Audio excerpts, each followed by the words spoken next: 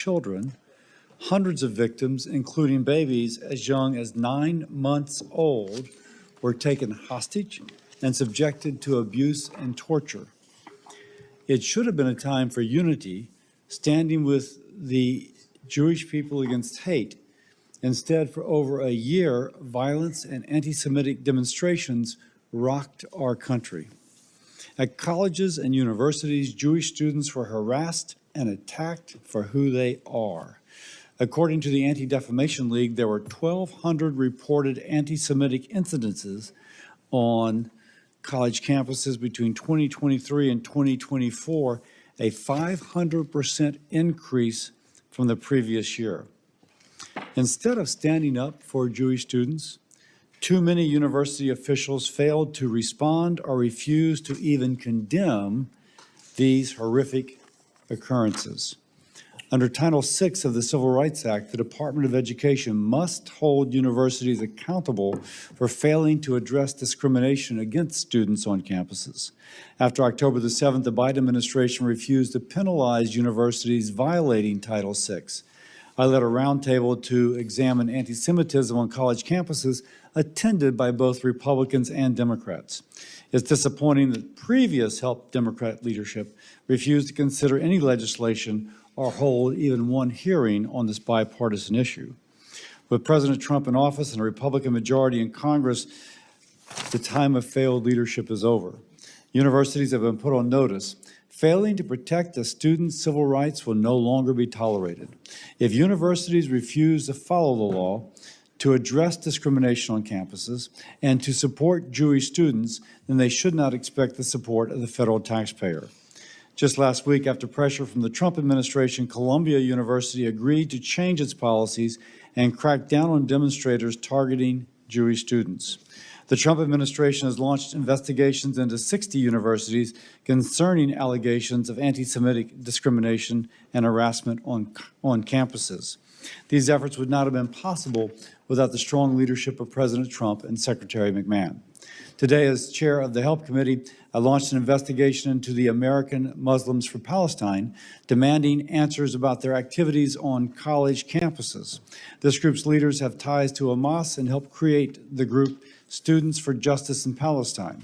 I also requested information from the Justice Department and several universities on these groups. We must continue to build upon these efforts. As we saw at Columbia last month, pro-Hamas activists continue to wreak havoc on campuses. Jewish students still feel unsafe to go to school. I led the Protecting Students on Campus Act, bipartisan legislation ensuring students know how to file civil rights complaints if they experience discrimination on college campuses.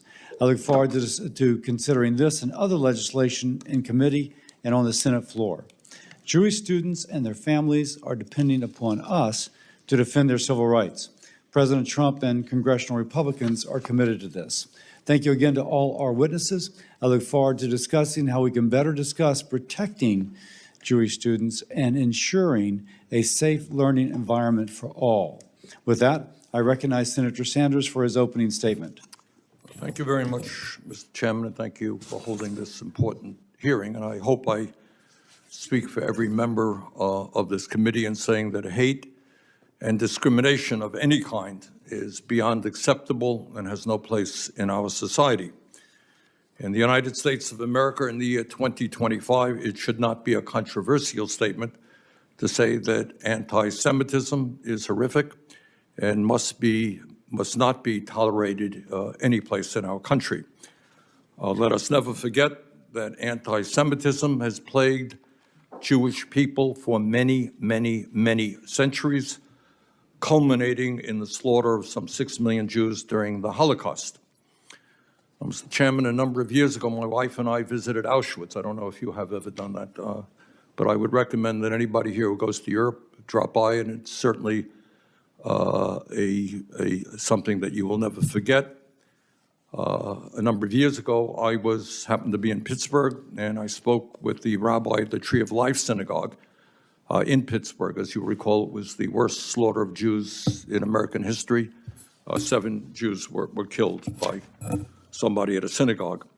So let me be very clear. Anti-Semitism on college campuses or any place else must be condemned in the strongest possible terms. But today we should also be clear that we, and again, I hope I speak for every member of this committee, condemn all forms of bigotry.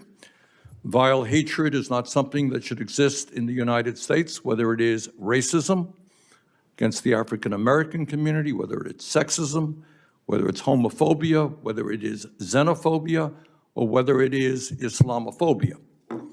Today in America, we have Asian Americans who are walking the streets and getting harassed. We have Muslims who are walking the streets and getting harassed. We continue to see people who are African American and Latino face prejudice of all kinds. And in fact, we have seen a rise in hate crimes against the transgender community as well. And I want to remind people, because this is kind of a little bit personal, in my city of Burlington, Vermont, just a couple of years ago, 3 miles from where I live, 10 minutes away, 3 young Palestinian students, wonderful kids, because I ended up talking to them. They were shot in cold blood, shot because they were Palestinians. So, Mr. Chairman, I applaud you for holding this hearing, but I hope when we look about prejudice and bigotry in America, we may want to expand it. Anti-Semitism, unacceptable, so is Islamophobia and other forms of bigotry. Now, the other thing, and you touched on it a moment ago, Mr. Chairman, there is a great dispute and debate in this country about what's going on in Gaza right now. No great secret about that. As you indicated, Mr. Chairman, in October of a year and a half ago, Hamas, a terrorist organization, launched a horrific attack against Israel. It killed 1,200 innocent men, women, and children, took several hundred people hostage. I don't think there's anybody on this committee who does not believe that Israel had the right to defend itself and go after Hamas, terrorist organization. But, Mr. Chairman, there are very serious disagreements about what the Netanyahu government has done in Gaza. And some of us think that Netanyahu has not just gone after Hamas, they've gone after the Palestinian people. And in a nation or group of 2.2 million Palestinians in Gaza, over 50,000 of them have been killed, over half of whom, 2/3 of them, are women and children. Over 100,000 people have been wounded because of the incessant bombing on civilian areas. The entire infrastructure of Gaza, their entire healthcare system, their educational system, their water system has been completely destroyed. And according to international law, and in my view, what Netanyahu has done is criminal. So we can agree that anti-Semitism is unacceptable in all forms. But some of us happen to believe that the response of the Netanyahu government to the Hamas attack is also unacceptable. And if anyone wants to suggest that I or anybody else who speaks out on that issue, whether you're on a college campus or in the United States Senate, is anti-Semitic because we think that what Netanyahu is doing is outrageous, we can have that debate. If I attack the Italian government for doing what they may or may not be doing, I'm not anti-Italian, or the Irish government. To attack the Netanyahu government for their outrageous activities in Gaza does not make one an anti-Semite. So with that, Mr. Chairman, I would yield the floor. Thank you for that. And of course, our jurisdiction is on college campuses, and so that's where we will focus. Each speaker, thank you again for being here, will be introduced in the order in which, for you first, ma'am, and then we'll introduce the next after you testify, okay? I'd like to introduce our first witness, Ms. Carly Gamil. Gamil? Ms. Gamil is the director of the Stand With Us Center for Combating Antisemitism, part of an international nonprofit organization that educates about Israel and fights anti-Semitism around the world. An experienced attorney and civil rights advocate, Ms. Gamil has focused her career on addressing anti-Semitism through legal, educational, and policy-driven approaches. Her work includes supporting students, faculties, and communities facing discrimination. We're grateful for your expertise today. Please proceed. Microphone, please. Chairman Cassidy, Ranking Member Sanders, members of the committee, good morning and thank you for the invitation to participate in today's hearing. My name is Carla Gamble. I am the Director of Legal Policy for Stand With Us, which, as you've heard, is an international nonprofit, nonpartisan organization that educates about Israel and combats anti-Semitism through our work on campuses, in K-12 schools, on social media, in the legal field, and in communities around the world. I am a civil rights and constitutional litigator specializing in freedom of speech and religious liberties. I am also a former high school educator. We are here today because Jewish students continue to find virtually every aspect of U.S. campus life increasingly hostile, not merely to their views, but to the very core of who they are, and threats of violence, which are no part of freedom of speech. Intentional exclusion of Zionist students from campus programs and activities, also no part of freedom of speech. And biased, inaccurate classroom content that indoctrinates students through misinformation and creates a hostile learning environment. Exacerbating the problem is the failure of many administrations to acknowledge the anti-Semitic nature of the activity and to enforce relevant campus policies. Impacted Jewish students are thus denied equal protection of their rights, making many of them legitimately afraid to be on their campuses. The perpetrators are then emboldened to continue and even escalate their behavior.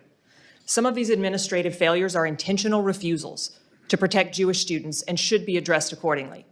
But there is also a critical lack of understanding at play because of a well-organized, well-funded campaign that has co-opted and imposed its own erroneous definition of a term that is integral to the religious and ethnic identity of most Jews around the world, including here in the U.S., with the clear intention of demonizing the term and those who identify with it. That term is Zionism, derived from the term Zion, an actual physical location in Israel with deep historical significance to the Jewish people. Simply put, Zionism is the term that describes the desire of the Jewish people for safety and sovereignty in their ancestral homeland of Israel. This nefarious campaign, however, seeks to redefine Zionism as nothing more than a term of political support for the Israeli government, which the narrative falsely accuses of a host of evils. The dangerous anti-Zionist narrative of this campaign has been allowed to take firm root in academia, manipulating droves of students, faculty, and administrators into believing the lie that Jews who identify as Zionists, which is to say most of them, are merely expressing a position of political support for the alleged wrongdoings of Israel. A proper understanding of this term Zionism, however, reveals this campaign for what it is: an attempt to erase over 3,000 years of Jewish history and a direct attack against a core component of mainstream Jewish identity. In short, a textbook definition of anti-Semitism, just adapted and repackaged for a contemporary audience. The problem of anti-Semitism on U.S. campuses has reached a level that necessitates congressional action, and I would like to suggest 3 such actions. First, Congress should pass 2 important pieces of pending legislation. One, the Anti-Semitism Awareness Act, which would codify the requirement that in investigating the allegations of anti-Semitism under Title VI, the Department of Education must consider the International Holocaust Remembrance Alliance working definition of anti-Semitism, which, contrary to some assertions, is fully consistent with freedom of speech principles. And 2, the Protecting Students on Campus Act. Second, as Title IX already does, Title VI should require institutions receiving federal funds to employ a coordinator who is qualified to address the types of discrimination covered by Title VI. The first opportunity and responsibility to rectify hostile environments that implicate Title VI falls to the educational institutions themselves. They should be required to employ professional staff qualified for the task. Finally, the receipt of federal funding should be conditioned in a manner consistent with federal constitutional principles upon institutions' clear communication of the times, places, and manners in which expressive activity is and is not permitted on their campuses, and upon their proper enforcement of such policies when violations occur.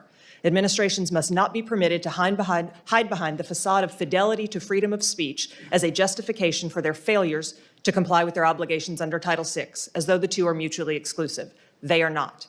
Educational institutions are not public streets or sidewalks, and students need not be permitted to engage in expressive activity wherever, whenever, and however they wish, for example, including by wearing masks to conceal their identities, especially when such allowances ultimately contribute to the creation of hostile educational environments. In closing, We must put an end to the political weaponization of Jewish identity and unify around the reality that anti-Semitism is causing real harm to real human beings, without confusing matters by insisting on addressing this acute issue only in tandem with other forms of bias and bigotry, or only when it comes from the opposite side of the political aisle. Attacks against Jewish identity are not a matter of left or right, but of wrong and right. Thank you for the opportunity to testify. I look forward to answering questions. Thank you. I'll introduce now our second witness, Rabbi Levi Shimtov. Rabbi Shimtov is the Executive Vice President of the American Friends of the Lubavitch Chabad. One more time? Lubavitch, I'm sorry. Which serves as the representative office of the worldwide Chabad Lubavitch movement in Washington, D.C., and plays a vital role in Jewish community engagement and public affairs. In addition to his organizational leadership, Rabbi Shimtov is widely regarded as a prominent voice for Jewish advocacy and has worked extensively with government officials, faith leaders, and community organizations to combat anti-Semitism and promote religious understanding.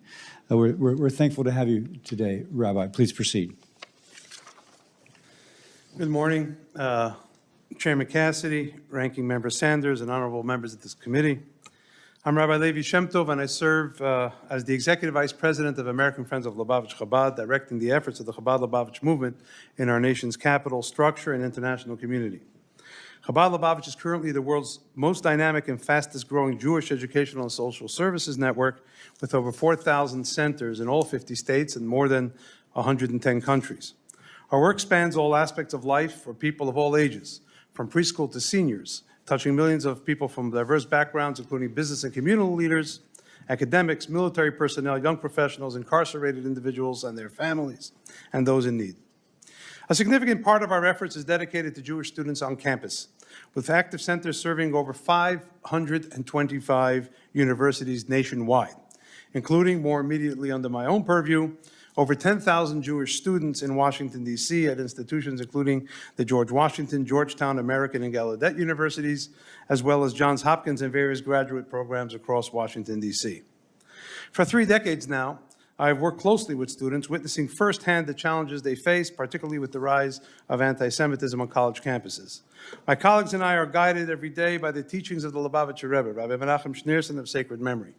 The Rebbe, widely recognized as the most influential rabbi in modern times, championed the values of education, moral responsibility, and a deep appreciation for America as a land of unprecedented religious freedom. In recognition of his exemplary benevolence, ethics, leadership, and scholarship, and selfless commitment to education, Congress unanimously awarded the Rebbe the Congressional Gold Medal in 1994, and every U.S. president since 1978 has declared his birthday each year as Education and Sharing Day USA. His guiding principle was that every individual, regardless of status, has the ability and responsibility to make the world a better place through acts of kindness and moral leadership. The concept is one of the most famous in the Jewish faith. L'takein olam b'malchut shin daled yud, to perfect the world under the sovereignty of the Almighty God. Many refer to it merely as tikkun olam, but this is the original mandate. This brings me to the pressing issue of today's hearing. Anti-Semitism is not just an age-old prejudice. It is a contemporary crisis manifesting on campuses across the nation. It is not enough for individuals or institutions to merely claim they are not anti-Semitic. As my father once taught me, it is not enough for people, especially public figures, to be neutral or not be anti-Semitic. One must be anti-Semitic. We must demand the same of our universities and government institutions. This hearing, in my opinion, is an attempt to be just that, anti-Semitic. We recently celebrated Purim. We're soon going to celebrate Passover, 2 great indicators of our history of overcoming oppression and discrimination. Jewish students are increasingly targeted, harassed, and ostracized simply for being Jewish or expressing support for Israel. This crisis escalated dramatically after October 7th, when Hamas carried out its brutal terrorist attack on Israel.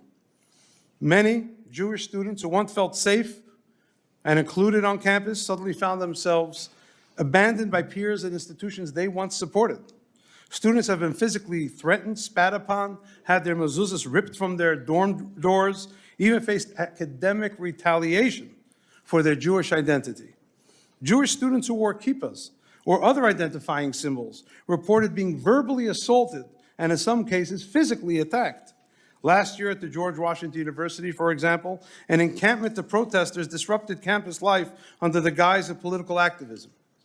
These gatherings went far beyond peaceful protest, which we must all respect. They became breeding grounds for anti-Semitic rhetoric, intimidation, and outright violence. I personally visited the encampment multiple times and saw firsthand the fear it instilled in Jewish students. Even some professors joined in the hostility, and university administrators failed to take sufficient decisive action to ensure Jewish students' safety. This was not an isolated incident, but found to be part of a coordinated effort across campuses nationwide. Freedom of speech is a core American value, but it does not include the right to intimidate, harass, or introduce violence. Universities have the authority and obligation to enforce policies that protect all students. However, time and again, Jewish students are subtly told and made to feel that their actual safety is secondary to the political climate of the moment or other considerations. And the torture of having to wait for the, quote, process to play out is painful to watch. When there is right and wrong, not doing enough quickly enough sides with those who are wrong. We've seen that too often in history. The federal government must take urgent steps to address this crisis. The anticipated passage of the Anti-Semitism Awareness Act is a crucial measure that will help define and combat anti-Semitism in educational institutions. The adoption of the IRA definition of anti-Semitism is another necessary step, as it provides a clear framework for recognizing and addressing anti-Semitic incidents. Without these defining developments, universities and administrators will continue to exploit loopholes to avoid taking real action. Moreover, federal authorities must demand a safe learning environment for all students, including Jewish students. Universities that tolerate anti-Semitic harassment should face real consequences. The previous administration took some steps in recognizing anti-Semitism as a national concern, hosting high-level meetings and engaging Jewish leaders in discussions across the spectrum. However, these efforts must not be diluted by lumping anti-Semitism together with other forms of discrimination at this point. While all forms of hate should be addressed, anti-Semitism has unique characteristics that require a dedicated response. As Nobel laureate Elie Wiesel once said, Jews are always the first, but never the last. The normalization of anti-Semitism on campus is a warning sign for society at large. I have one more paragraph. Can I finish? One more paragraph. Jewish students need more than protection from hate. They need to be empowered with a robust Jewish identity. As the Rebbe taught, the best way to combat darkness is with light.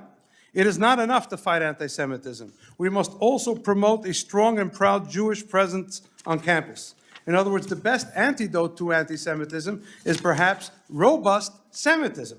Institutions should be more protective and supportive of Jewish student life and ensure that Jewish students clearly feel welcomed and valued as members of their academic communities. I apologize for going over my time, but thank you very much for the opportunity to testify and be here today. And thank you, Ranking Member Senator Sanders, for making sure the name Lubavitch is pronounced correctly. And thank you for the opportunity to testify. I'm prepared to answer any questions you might have. Thank you. Our third witness, Dr. Charles Asher Small. Dr. Small is the founding director of the Institute for the Study of Global Anti-Semitism and Policy, an interdisciplinary research center committed to understanding and combating contemporary anti-Semitism through scholarly research and policy analysis. He's an internationally recognized expert on anti-Semitism and extremism with a background in sociology and public policy.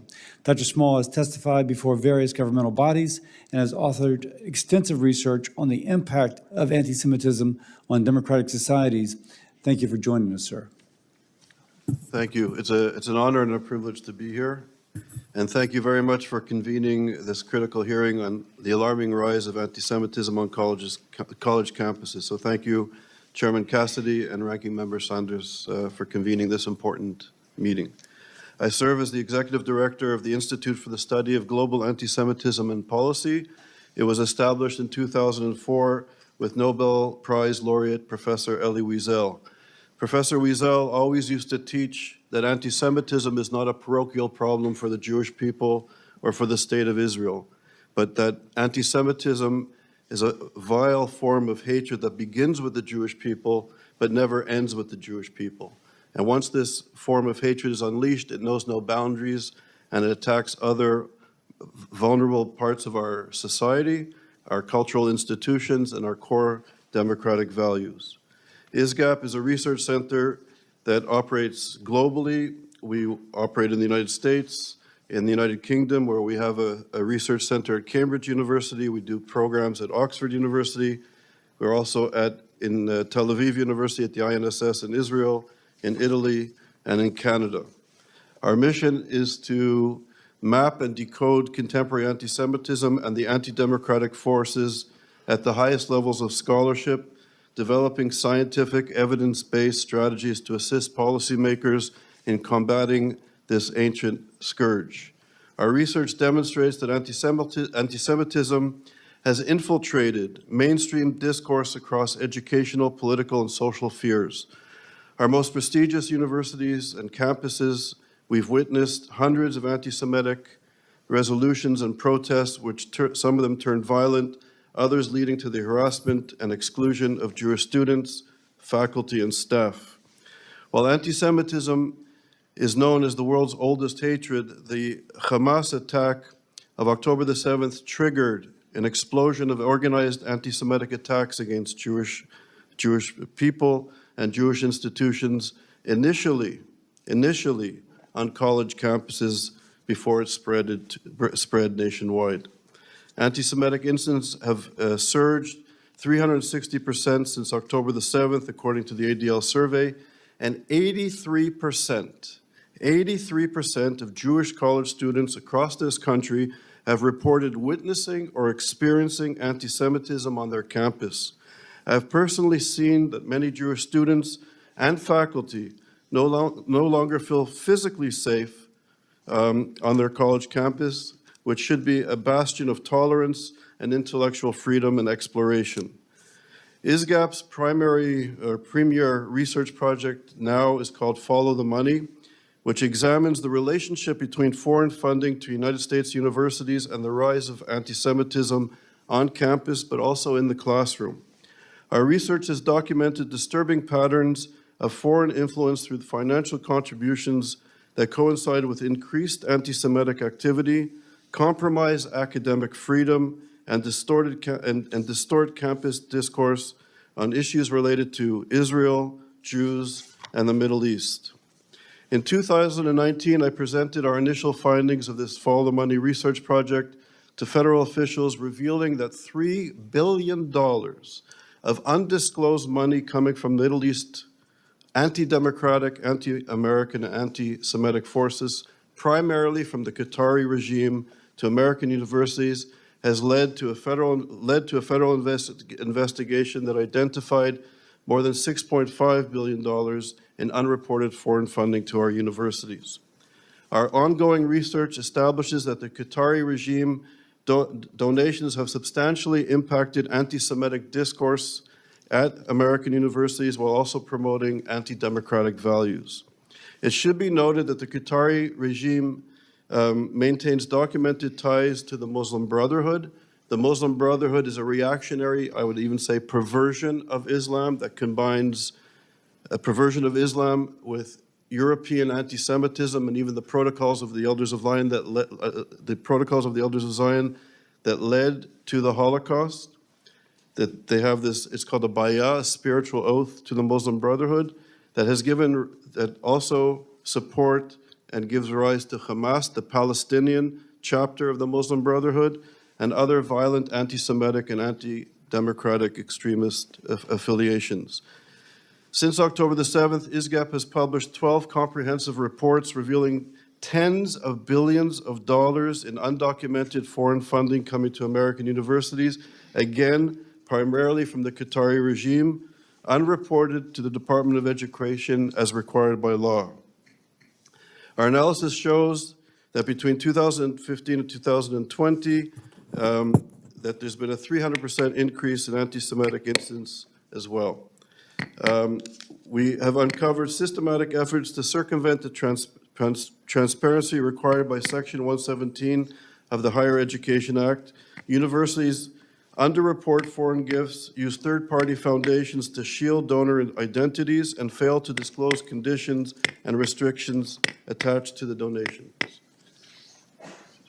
Can I finish in 30 seconds or? 30 seconds. Okay. Very quickly, we found we did a report on Texas A&M. We found $1.3 billion in undocumented money between the Qatari regime and Texas A&M. We found 502 research projects. Texas A&M gave all of their intellectual property rights to the Qatari regime. 58 projects we flagged that have military dual-use purpose. 13 have nuclear research dual-use purposes. Qatar has very good relations with the Iranian Revolutionary Regime, Hamas, and the Taliban. At Cornell University, we found $2 billion in unreported, undocumented funding going from Qatar to Cornell. K through 12, we just published a report, hundreds of millions of dollars going to create curriculum across the United States of America for children that remove Jews and Christians from curriculum about the Middle East. We've done reports on SJP. I'll end it there, and I'll get to the recommendations in the Q&A, but thank you for listening. Senator Sanders. Thank you, Mr. Chairman. Our next witness is Rabbi David Saperstein, the Director Emeritus of the Religious Action Center of Reform Judaism. Rabbi Saperstein has served as the Director and Counsel for the Religious Action Center of Reform for 40 years. Rabbi, thank you very much for being with us, and you may proceed. Chair Cassidy. Turn the mic on, please.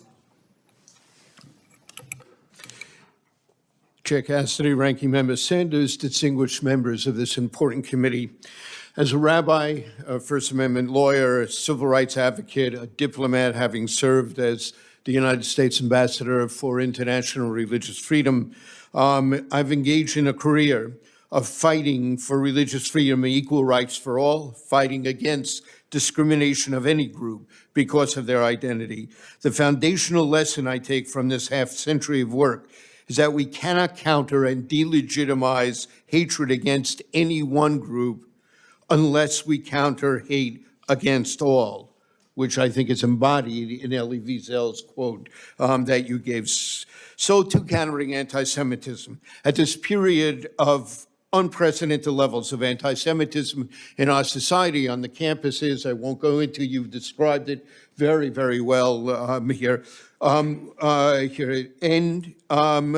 are distinctive aspects to fighting anti-Semitism. And we should accept nothing less than every Jewish student being safe. Doesn't mean you're going to be free of hearing speech that you're deeply troubled by and find offensive, but I want to say it again, we should accept nothing less than every Jewish student being safe on their campuses. And we cannot ensure that Jewish students are safe on campus until all students are safe, unless the mechanisms against discrimination are robust enough to support all protected groups, unless we effectively address the broader spread of hate speech, hate crimes, dehumanization, demonization, discrimination, ostracization against all those who are so victimized. Hate speech and hate crimes are intended to tear at the threads that hold our society together. Haters seek to undermine the comity and unity of Americans. Our responses must not add to those divisions. Any attempt to secure the rights and safety of Jews that undercuts the rule of law, that weakens our public schools or higher education, that further divides our nation and college campuses, undermines the very principles and institutions, undermines the democracy that have made it possible for Jews to flourish with more rights, more freedoms, more opportunities, more achievements in this country than Jews have ever known in diaspora life. But sadly, alarmingly, a number of recent actions against judges, law firms, defunding universities, the ignoring of judicial rulings, stripping due process and acting against protesters, the dismantling of the Department of Education's Office of Civil Rights, and the subsequent loss of its knowledgeable professionals seems to be doing exactly that. The administration should build on, not abandon, successful approaches that have shaped and embraced by prior administrations of both parties, improving consistent, comprehensive reporting of anti-Semitism, strengthening security resources for vulnerable nonprofits and for religious life on our campuses, expanding support for strong Holocaust history of anti-Semitism, anti-bias education on our campuses, in our society, pressing social media platforms to curb anti-Semitism and Holocaust denial and other expressions of group hate, and continuing vigorous efforts in identifying anti-Semitism, enforcing existing education, anti-discrimination, and hate crimes laws. As to the last of these recommendations, I leave it to my colleague to talk about how IRA should and should not be used to affect that. There is unity across political and ideological lines on what constitutes most anti-Semitic speech and action. There are, however, different views about when expressing substantive criticism of Israel's policies and actions steps over the line into anti-Semitism, or just may be right or wrong on its merits. Whichever side of that line of speech may fall on, our law is clear against intimidation or harassment or threats, regardless of the content of the speech targeting them. For example, it is protected speech, even if deeply objectionable speech, to assert that Israel is an apartheid state or guilty of genocide. But whenever a Jewish student is taunted, blamed, or accused of supporting apartheid or genocide because they are Jewish, this constitutes discrimination because of their religion, national origin, shared ancestry. The same principle would apply to a student who looked to be Muslim or Arab or being taunted for being a terrorist or jihad supporter, as well as the Jewish student wearing a yarmulke facing taunts saying no Zionists are welcome here. How many babies have you killed today? One key aspect of fighting anti-Semitism in this committee's purview is we know the higher the levels of education, the less likely to hold racist or anti-Semitic attitudes. It's not an inoculation. We're looking at politicized forms of anti-Semitism on our campuses here. But for 340 million Americans, it is true, according to all the studies, the higher the level of education, the less racist and anti-Semitic. Here, finally, this, above all, to succeed, political leaders of both parties, civic, religious leaders, their communities must come together if we are to make hate have no place in America. As Rabbi Stacy Friedman observed in conclusion, it is our compassion, our common humanity that defines us. It is the way people have united as allies and partners in standing up against such hatred that defines us. It is the support so many have shown one another after each attack that ultimately defines us. It is the love and tears we have shed for one another at our vigils. That is what defines us, and I hope defines Congress's work as well. Thank you. Senator Sanders again. Our final witness is Mr. Kenneth Stern, the director of the Bard Center for the Study of Hate. Mr. Stern was also the lead drafter of the IRA definition of anti-Semitism, which he has vocally opposed codifying into law for purposes of enforcement. Mr. Stern, thank you very much for being with us. Thank you, Chairman Cassidy, Ranking Member Sanders, and the other honorable members of the committee. I'm Kenneth Stern. I do direct the Bard Center for the Study of Hate, and I also worked at the American Jewish Committee for 25 years, where I directed the Division on Anti-Semitism and was the lead drafter of the text that is now known as the IRA definition of anti-Semitism. Let me emphasize 5 points. First, students, including Jewish students, have a right not to be victims of true threats, harassment, intimidation, bullying, discrimination, let alone assault. However, they should expect to hear ideas that cut them to their core. Attempts to affect the campus that aren't grounded in protection of free speech and academic freedom are not likely to work. Anything that smacks of a hate speech code will backfire. Recent threats against funding without a full investigation and an opportunity to be heard are not only likely illegal, but horrible policy. Arresting students should be a last resort, not a first impulse, especially for technical violation of rules.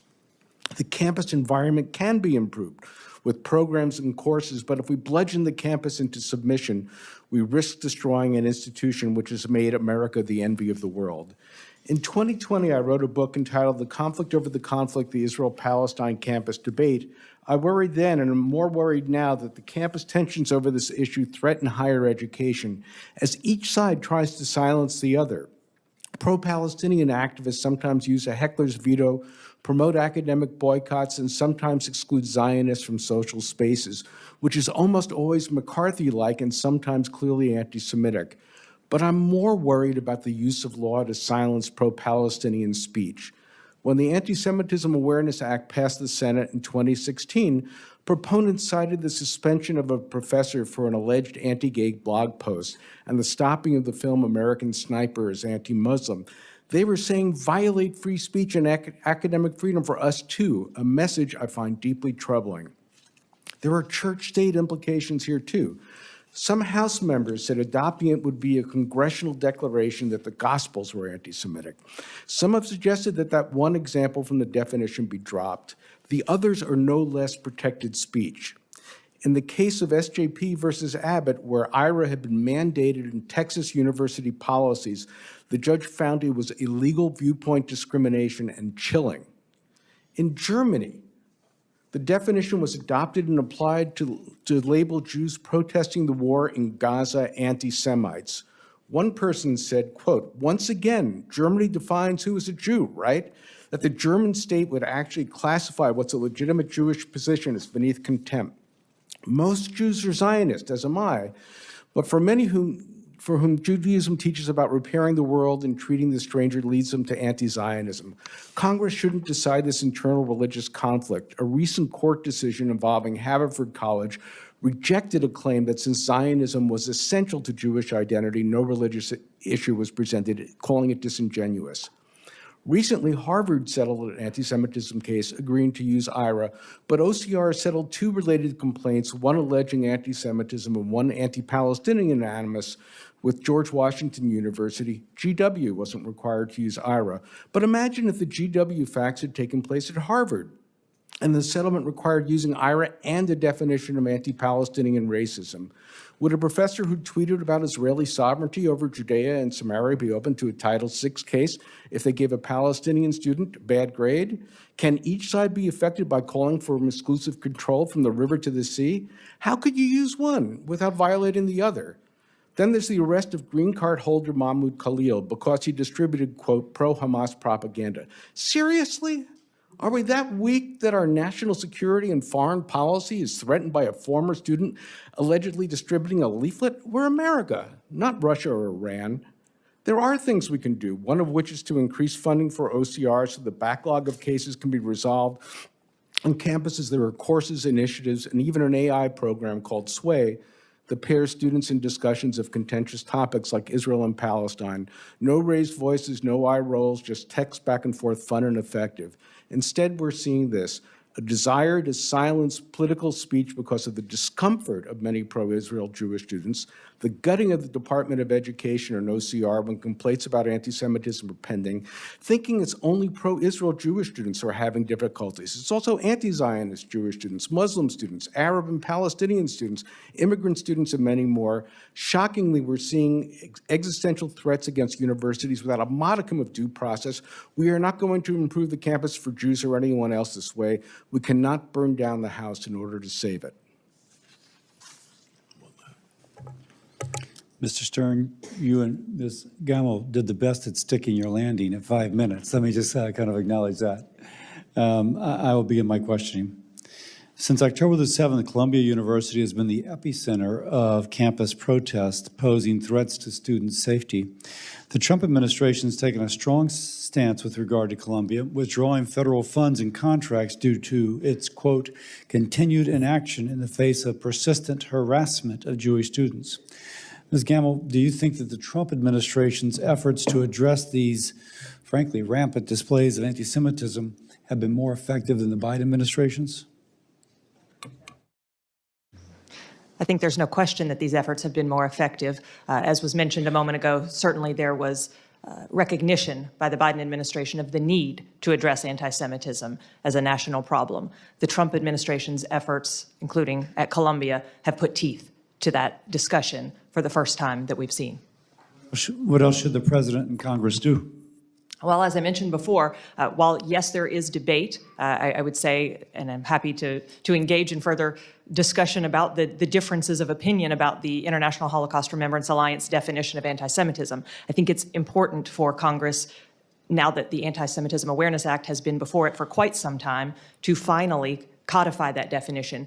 Again, yes, there are certainly restrictions on how that definition can be used, but the definition itself is not a problem. It's like no other it's like any other definition that you would find. It is a tool for educating, helping people to better understand. Importantly, every time that that definition is brought up and challenged, there is a complete ignoring of the text of that definition and the guidance that goes with it. And the reality is that the examples of anti-Semitism that people like to fight over and the controversy is over are introduced with clear indication and instruction that these are examples that could be, depending upon the overall context, examples of anti-Semitism. The decision that was just referenced, in which there were problematic and concerns raised about, First Amendment concerns raised about the use of that definition, completely wrong on the facts and the law, including that fact, that context is crucial. And so again, passing the Anti-Semitism Awareness Act, I think, is number one, as well as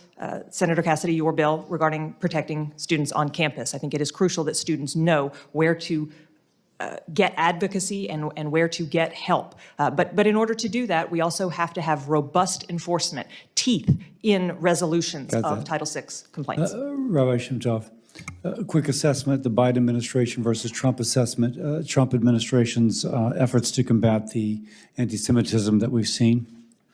Well, I will say that the Biden administration did make special efforts, which were unprecedented, in bringing together a broad array of Jewish communal leaders and had top representation at the meetings, including White House principals, one of whom himself is Jewish.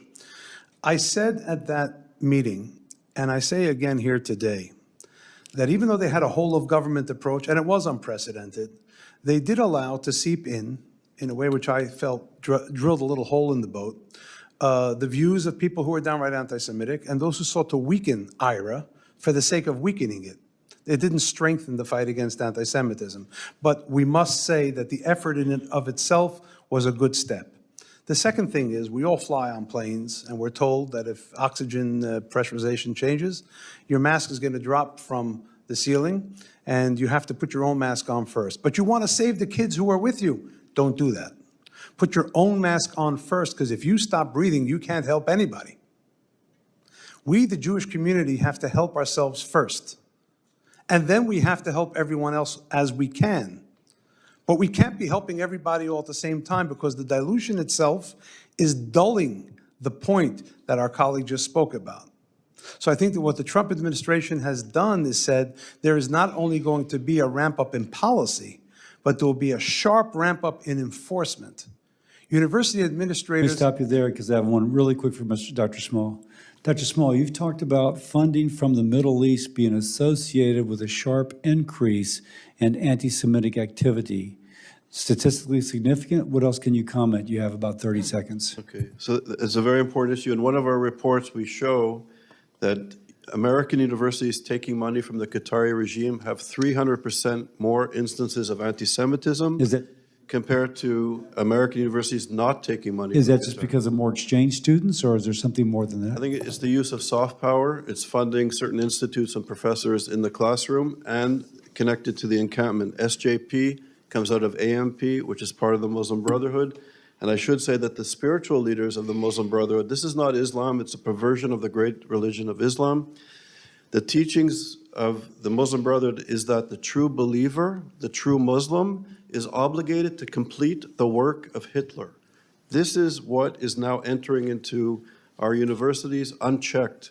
And we're calling for investigations into the funding of these anti-democratic, anti-American, sexist, homophobic, and genocidal anti-Semites funding our universities.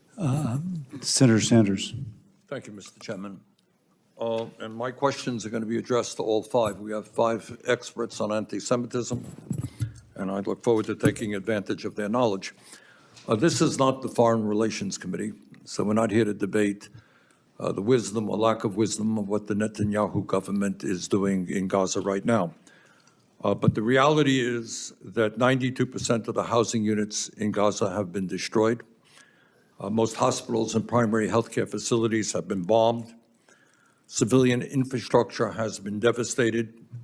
50,000 people, mostly women and children, have been killed. Over 100,000 have been wounded. If I or any other member of this committee makes that point, that we think, and again, I don't want to debate the policies right now, but if we think that the United States should not be supplying more bombs and artillery to the Netanyahu government, do you think, I don't want the debate on Israel, do you think that is anti-Semitic? Briefly, Ms. Gamble, start it and go right down the line. Am I being anti-Semitic if I say that the United States taxpayers should not supply more weapons to Israel?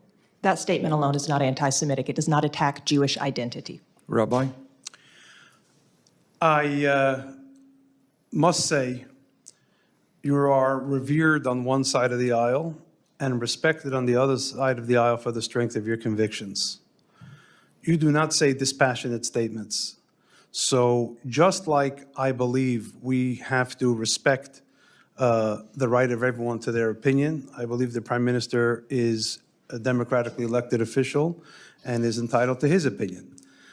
Do I think it is anti-Semitic to criticize him? I don't think so. If you criticize somebody who's Jewish, that's not anti-Semitic. If you criticize the fact that they're Jewish, Right, I or agree. use that to criticize something, that's anti-Semitic. Dr. Small, briefly, we don't have a lot of time. So again, I would agree with the rabbi. What you said is not anti-Semitic, but what I would say with great respect is that we have to flip the equation. I think instead of blaming the victim or looking to the victim of Hamas, of the Muslim Brotherhood, we have to understand the ideology at work that's confronting I don't think there's any Israel. debate up here that Hamas is a terrorist organization. What they did on October 7th is beyond disgusting. Rabbi Saperstein. No, I don't think it is anti-Semitic if you say it, or if people on college campuses say it. But on college campuses, there are too many instances in which those kinds of political statements are mixed with rank hatred against Jews, and that steps over the line into anti-Semitism. Mr. Stern. Senator Sanders, just that statement, that opinion alone is not anti-Semitic. Okay, now I need your help on something else. I have never met George Soros in my life, to the best of my knowledge. I don't believe I've ever received a nickel in campaign funding from Mr. Soros. But I think, as all of you know, Soros has been a stereotype, a manifestation of anti-Semitism all over the world. Yes? Warren? So when we talk about anti-Semitism, one of the tropes that has always been used, prodigals of Zion, is that there's this mysterious underground group of zillionaire Jews who are manipulating the whole world, right? Is that the trope? Okay. This, from the Holocaust Memorial Museum, is something that appeared in Hungary, a Hungarian anti-Semitic publication. Jews, puppeteers, right? Familiar with that trope? Mm-hmm. This is from a Donald Trump campaign email. George Soros, puppeteer, Biden is the puppet being manipulated. Okay, I don't want to make a big deal about it. Ms. Gamble, does that look to you like an anti-Semitic trope? I think that there's no question that there is a relationship when you look at the two images that would cause that question to be raised. Again, I think context is key. Rabbi? George Briefly, I want to hear from everybody. Yes or no? Is that do you think that has anti-Semitic overtones? I think that George Soros is Jewish, although he doesn't really identify closely with the community. okay. 1 minute. No, I don't have 1 minute. I got 17 seconds, sir. Okay, 17 seconds. Is this anti-Semitic? Very simply, he's being criticized. He's Jewish. I don't know that he's being criticized because he's Jewish. All right, Dr. Simone? And I would say very briefly, we're living in a time where the Democratic center is under attack from the extreme right, the extreme left, and radical Islam. I asked you a question. Does this look like an anti-Semitic trope? Yes. Rabbi Saperstein? Yes. Mr. Stern? Anti-Semitism is two things, in its essence: a conspiracy theory that Jews try to harm humanity and giving them an explanation for what goes wrong in the world. That picture is anti-Semitic. Orban was using it recently as well, clearly anti-Semitic. Okay, thank you very much. Senator Collins. Thank you, Mr. Chairman. Mr. Chairman, first let me thank you for holding this important hearing and also for convening the roundtable last year where we were able to hear such distressing testimony directly from Jewish students about what they were encountering on college campuses, particularly after the October 7th attacks in Israel. Mr. Stern, I'm going to start my questioning with you. We agree that every student should feel safe on campus. And I'm interested to learn about your book, Conflict Over Conflict. I agree that colleges and universities are often the best places to have tough conversations and robust debate. But how is it allowable for a faculty member to give extra credit to students to participate in anti-Israel protests? Do you think that's right? Senator, I think that there are questions of bad teaching that go across the board with all this. But in that situation, it may well be. But the point is that on a campus, the idea is that students should be not singled out, not discriminated against, but should hear things differently. So if the professor says, I want everybody to go and report back, I don't care what you say about it, but I want you to, because it's happening, to tell me what you think, that's something different than saying, I'm going to give you extra credit for supporting something. So do you agree that it is wrong for a student to be given extra credit for attending an anti-Israel debate? It depends. Or If an I had a anti-Israel student and that debate was happening on the campus, I might want them to come back and say, tell me the different sides. On the other hand, if they're saying, I want you to go because this is the correct way, that is a wrong thing to do. So this reminds me of a conversation that I had with a college president in Maine, whom I deeply respect, who told me that in his experience, these anti-Semitic protests are not being generated by students. They're being inspired by faculty members, graduate assistants, and outside groups. This isn't spontaneous. And I remember one of those students at the round table telling us that when she went up to a student and said, do you know what you're saying when you say, from the river to the sea, Palestine should be free? And they had no idea what that meant. Ms. Gamel, I want to ask you a question. Last year, I questioned the former Secretary of Education, Cardona, at a Senate appropriations hearing about his enforcement of Title VI of the Civil Rights Act, which is intended to protect all students from discrimination.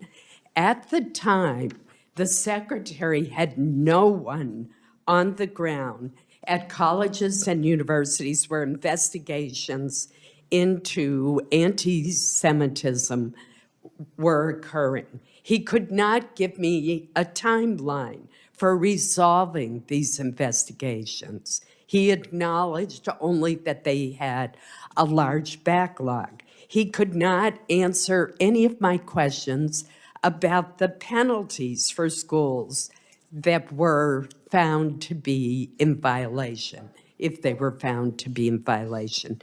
To me, that was an appalling demonstration of a very lax, even indifferent approach to what had been more than a 300% increase in anti-Semitic incidents across this country, including and primarily at our college campuses. So I want to follow up on the question asked you about the chairman. Are you seeing a difference now in the implementation of Title VI? Thank you, Senator. We are beginning to. We are encouraged by what we are seeing. I believe that you're absolutely correct that there need to be actual investigators, as there now are, on these campuses. I also believe, though, that it is crucial that the institutions themselves be held accountable for being the first line of addressing these problems. This is not an issue that the federal government should have to come in and police. And again, I go back to, there are often not people who are well qualified and equipped to address these things on the campuses themselves. It should start there. But yes, I am encouraged by what we are seeing in terms of enforcement. I'll say that I was discouraged to see at the end of last year when institutions came out of the woodwork begging OCR to resolve open complaints for obvious reasons, and there was capitulation to that. There's too much capitulation going on, not enough enforcement. So I'm very encouraged to see what we're seeing now. That is why we need to make sure that office continues to be adequately resourced. Thank you, Mr. Chairman. Senator Murray. Well, thank you very much, Mr. Chairman. Obviously, every student should feel safe on campus. It doesn't matter who you are or where you come from, what religion you practice, you should feel safe. You should be able to learn and grow without facing harassment or assault or discrimination. You may debate complex issues and hear diverse viewpoints on campus. That's part of life as much as it is part of higher education, and it is important. Everyone in this country should be able to use their voice and exercise their First Amendment rights peacefully without fear of government retaliation. And at the same time, no one should ever fear for their safety on campus. No one should ever be forced to tolerate bigotry. That's a very simple principle, and I think it's one that the vast majority of Americans agree with.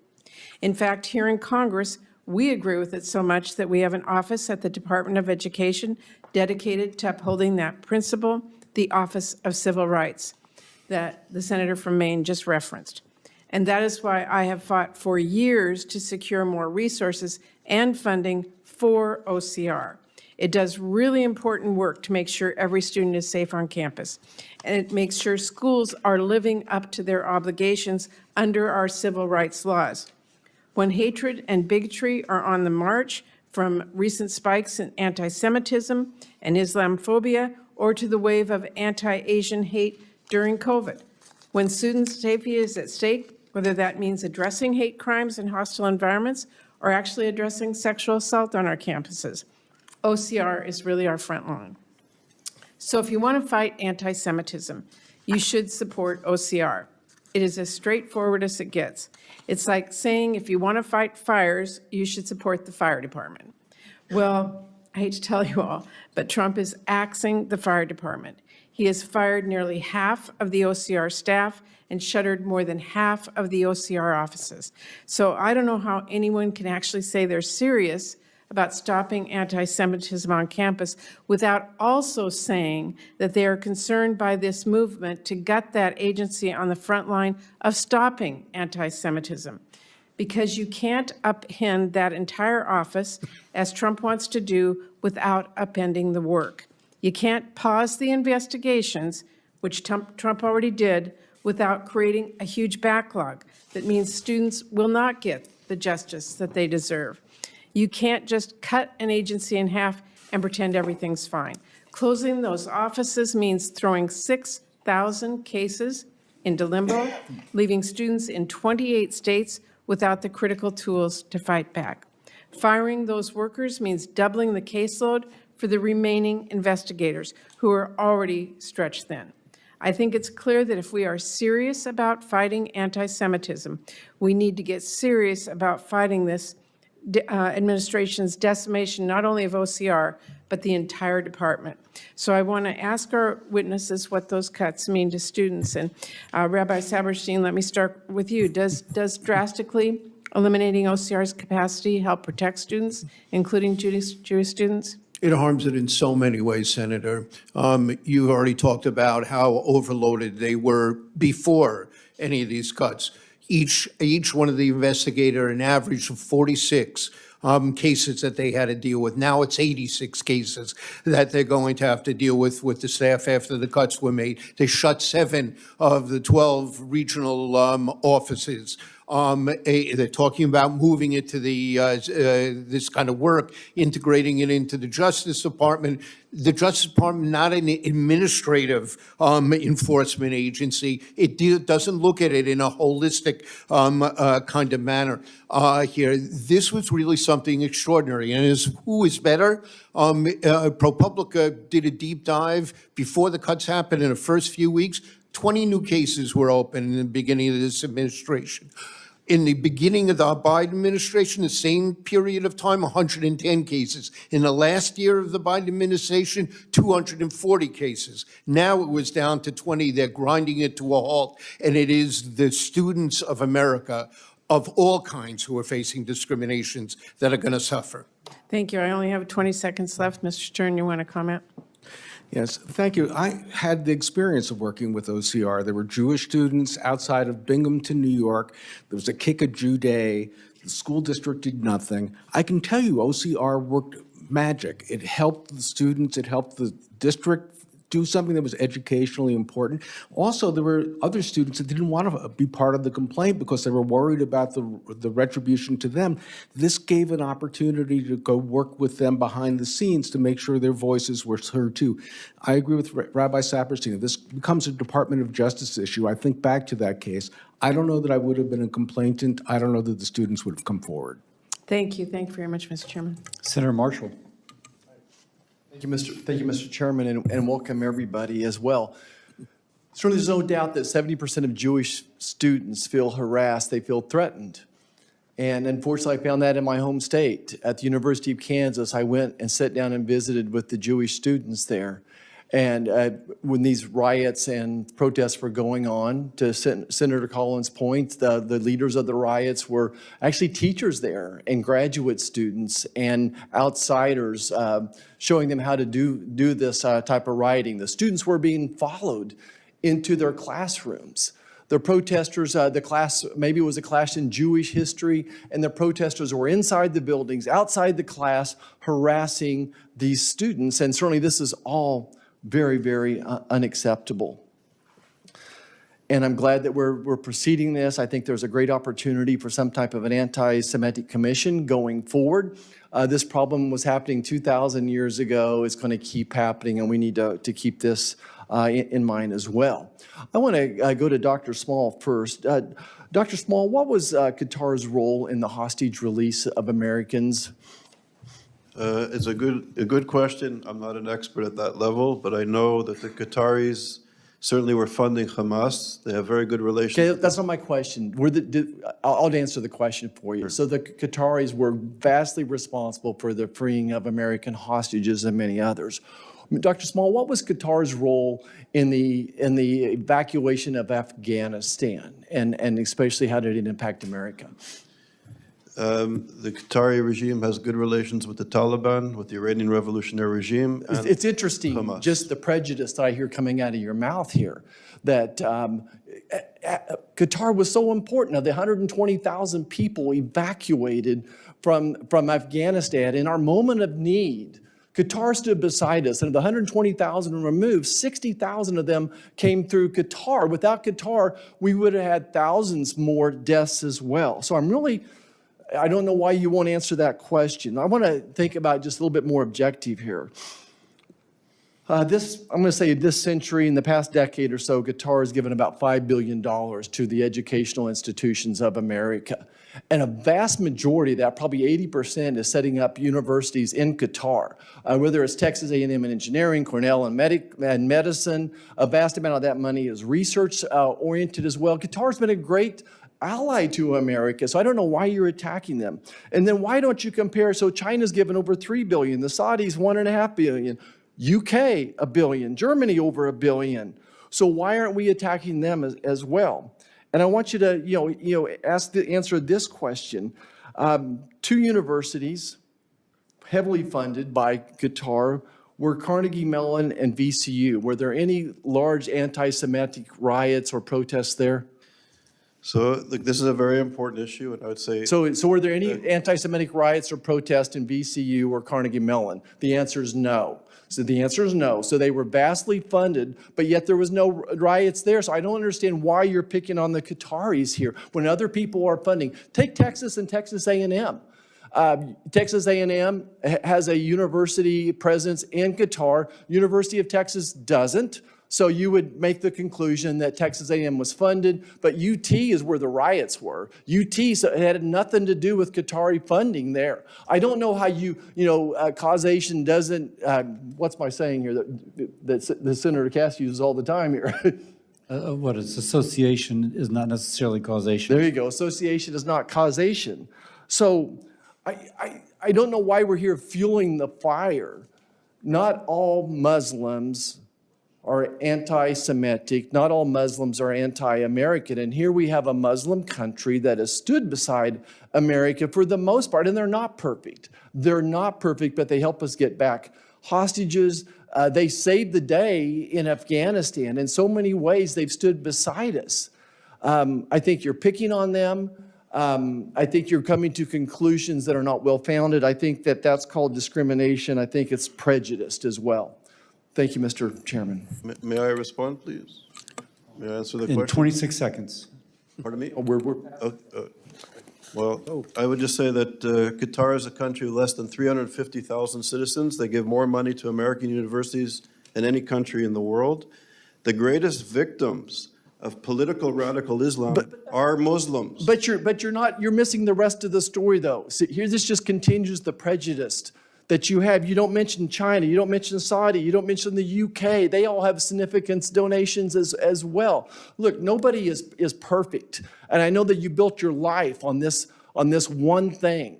But no country is perfect, and I'm as pro-Israel as any member is up here. I'm certainly recognize the anti-Semitism that's been around for over 2,000 years. I don't know why you want to use an anti-Semitic term. I don't know why you want to make Qatar the scapegoat here. Thank you. Thank you, Senator Marshall. Senator Baldwin. I assume I don't have your list over here. Are you next? I was not here at the gavel. Oh, good. Then Senator Hassan. Hate to admit that. Thank you. Good morning. Thank you all for being here. I want to thank the chair and the ranking member for this hearing today. Before I turn to my questions, I want to say a few words regarding the alarming and disturbing anti-Semitism that we are seeing across the country. Vigorous debates regarding foreign policy are constitutionally protected, but too often since October 7th, when Hamas attacked Israel, these debates and protests have veered into both implicit and explicit anti-Semitism. Across the country, Jewish centers on campus have been protested and vandalized, and Jewish faculty and administrators have been targeted. At one school, Jewish students had to be escorted by security to escape a mob. And too often during protests, we've heard chants and slogans that justify and even celebrate Hamas's violence, or heard speakers deny Hamas's atrocities, including the atrocity of sexual violence. There is no legal right to threaten the safety of any student. Even if someone has a legal right to say hateful words, it's still wrong to say them. And the rest of us have the right and responsibility to condemn them. Denouncing anti-Semitism should not be a partisan issue.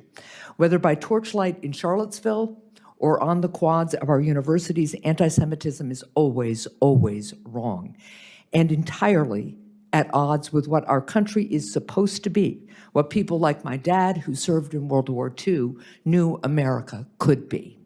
The fact that we are seeing this kind of anti-Semitism today, in today's day and age, is shameful, and a reminder, obviously, that we need to do much, much better. Because extremism, no matter what fringe it comes from, doesn't go away on its own.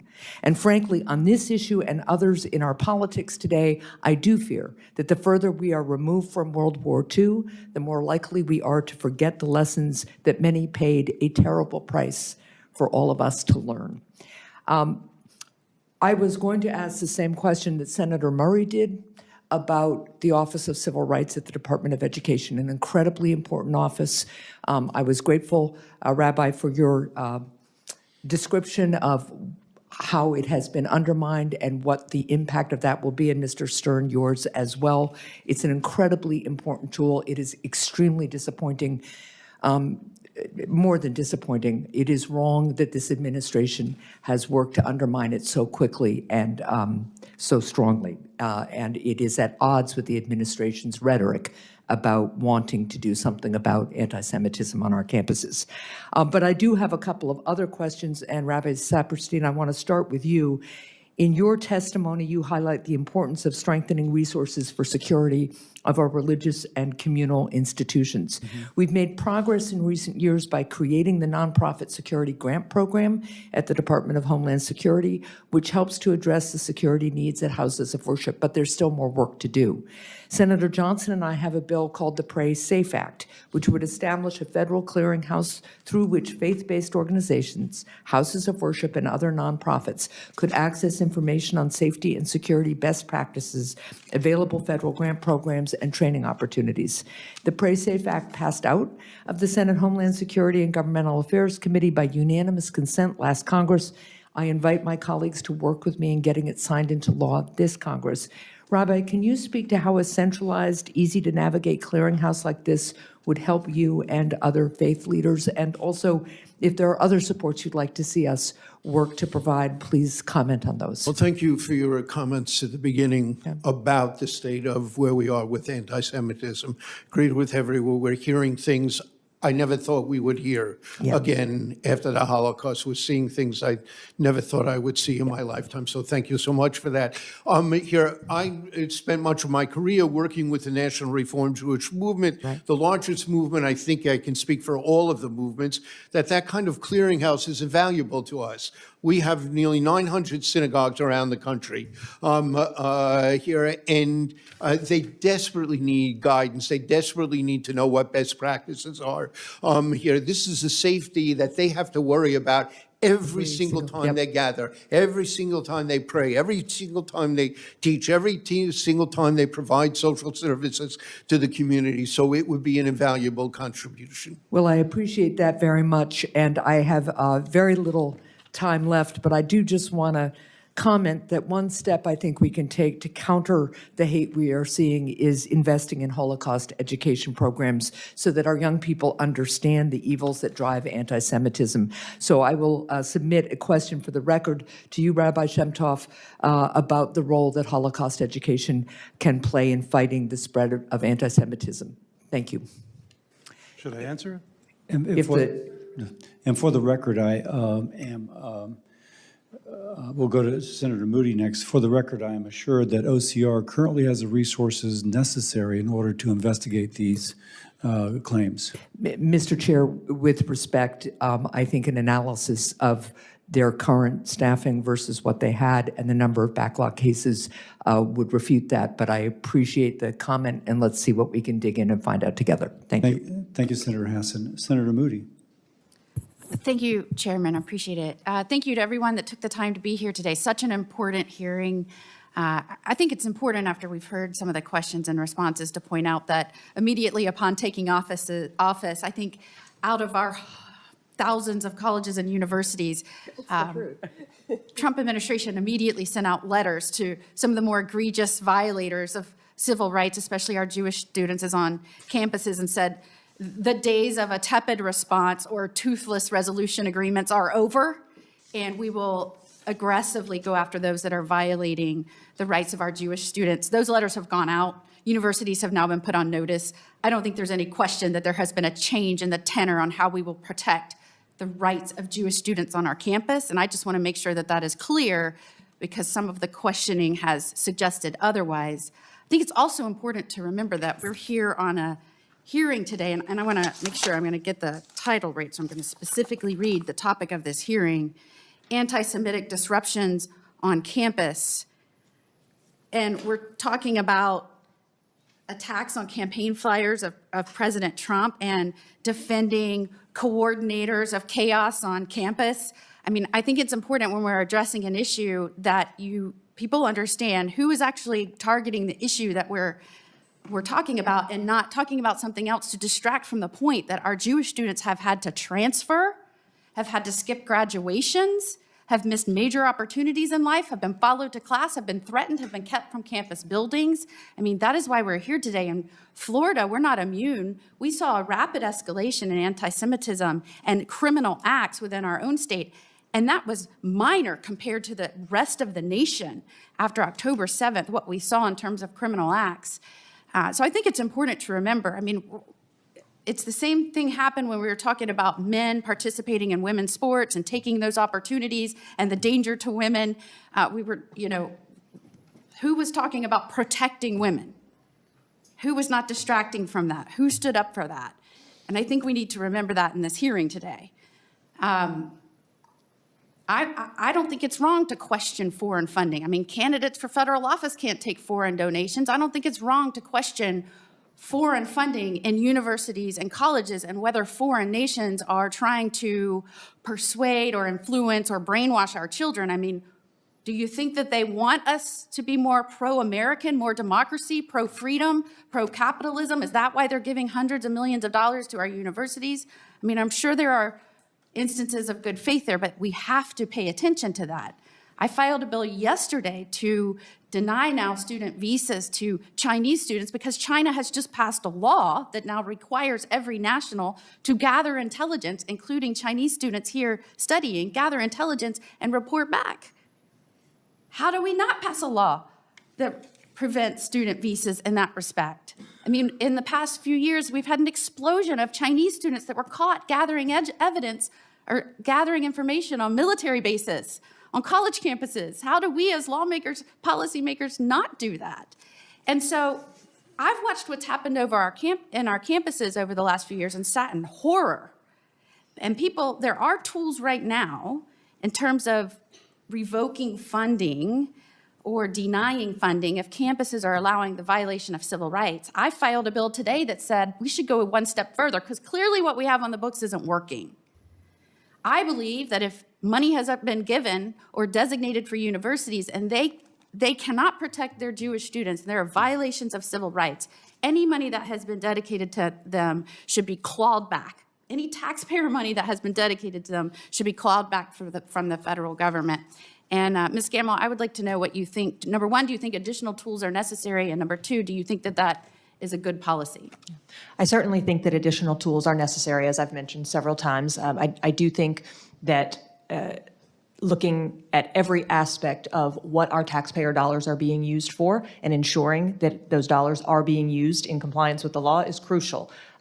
There's simply no question that the teeth that have been lacking in resolutions under Title VI need to be returned to those resolutions. I want to say this. I've dealt extensively with resolution agreements under Title VI. There is a process that allows universities to seek voluntary resolution. It is typically through that process that resolutions come about. That is when the university approaches OCR and says, we would like to voluntarily resolve this.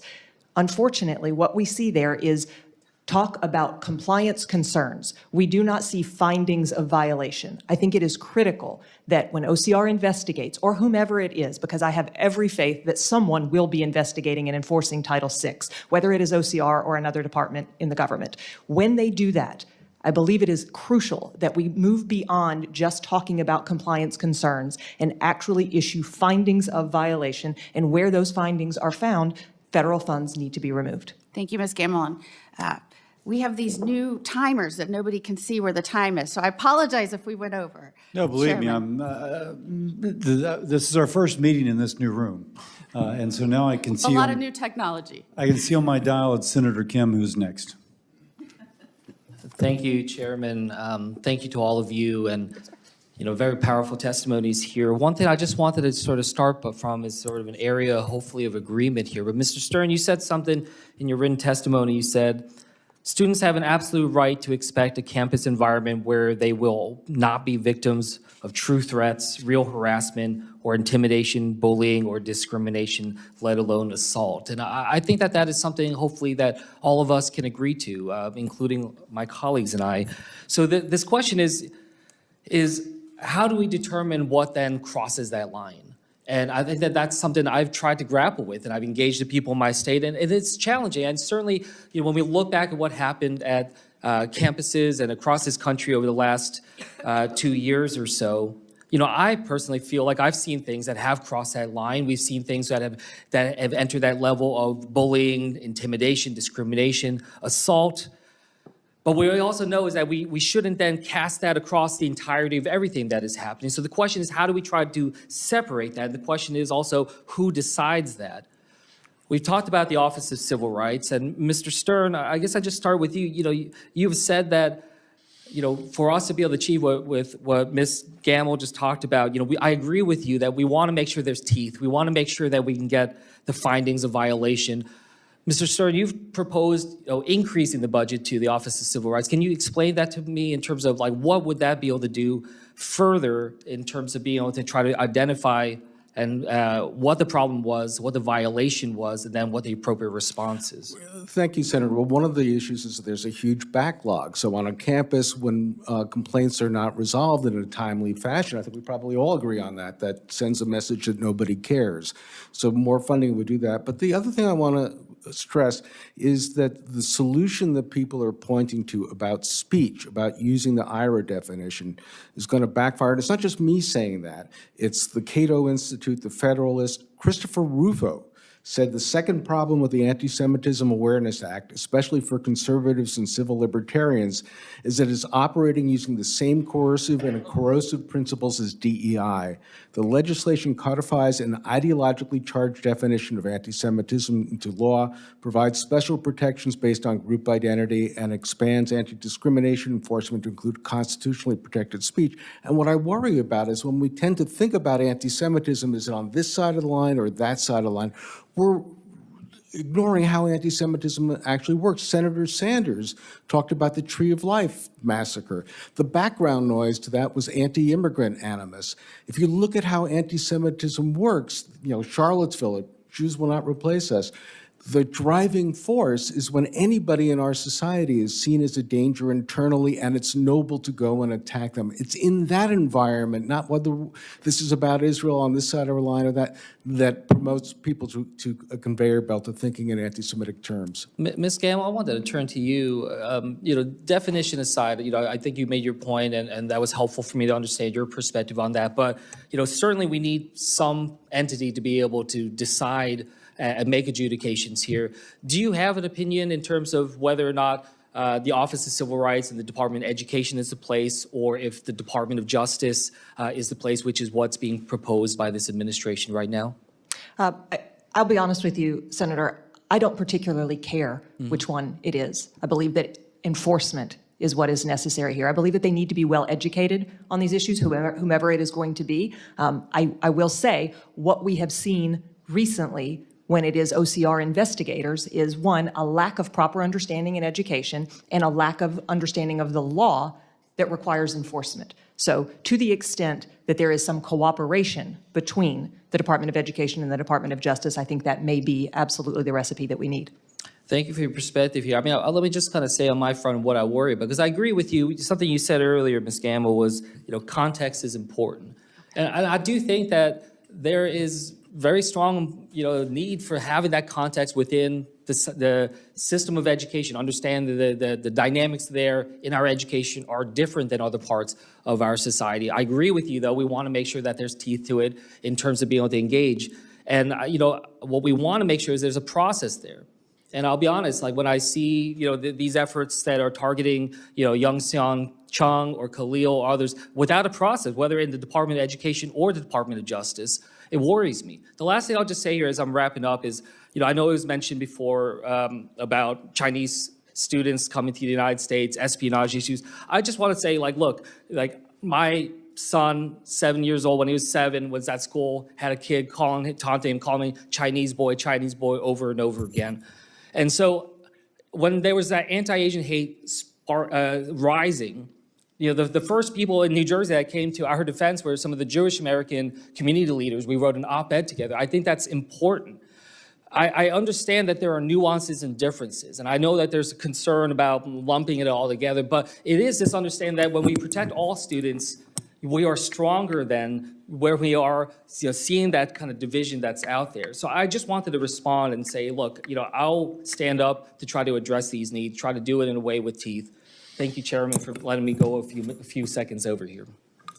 Senator Husted. Thank you, Mr. Chairman. Appreciate everybody being here today.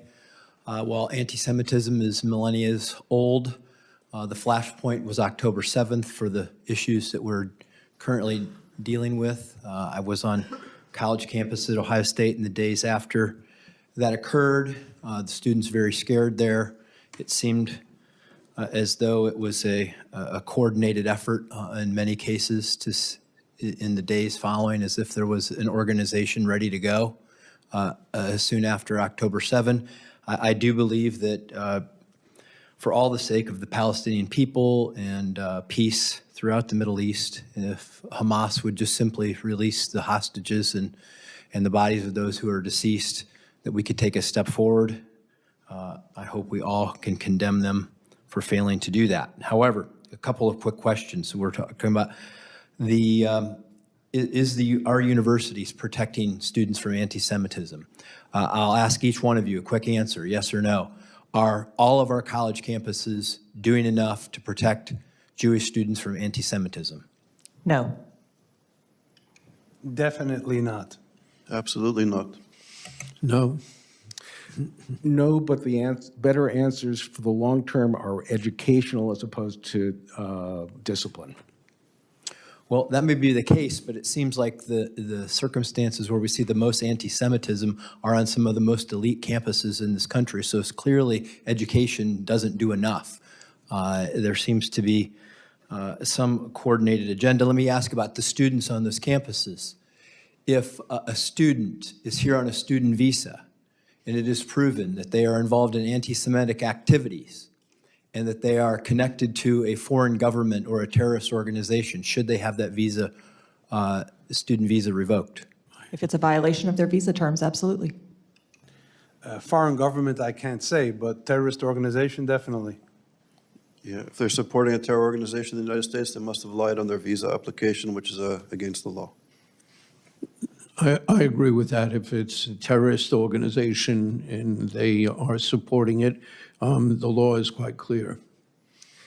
Senator, I think the law is clear if there's material support, but advocacy is something different. Let me share with you a quote from Justice Brandeis in the Whitney case when there was a conviction of a woman for belonging to the Communist Party because they were advocating political violence. He said, "Those who won our independence believed liberty to be the secret of happiness and courage to be the secret of liberty. They believed the freedom to think as you will and to speak as you think are means indispensable." I understand that, but we're not talking about American citizens here.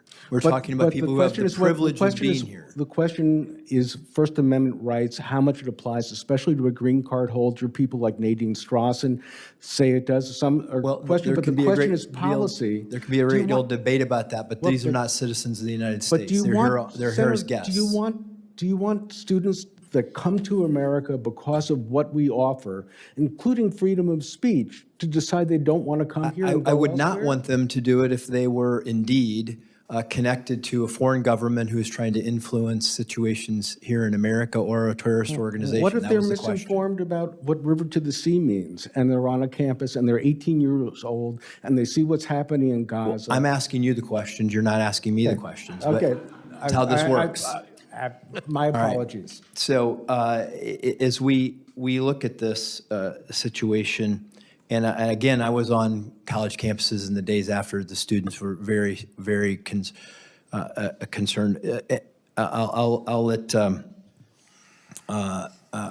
Rabbi Semtov, you may want to answer this. Ms. Gamel, you may want to answer this. Do you believe that there were coordinated efforts in advance of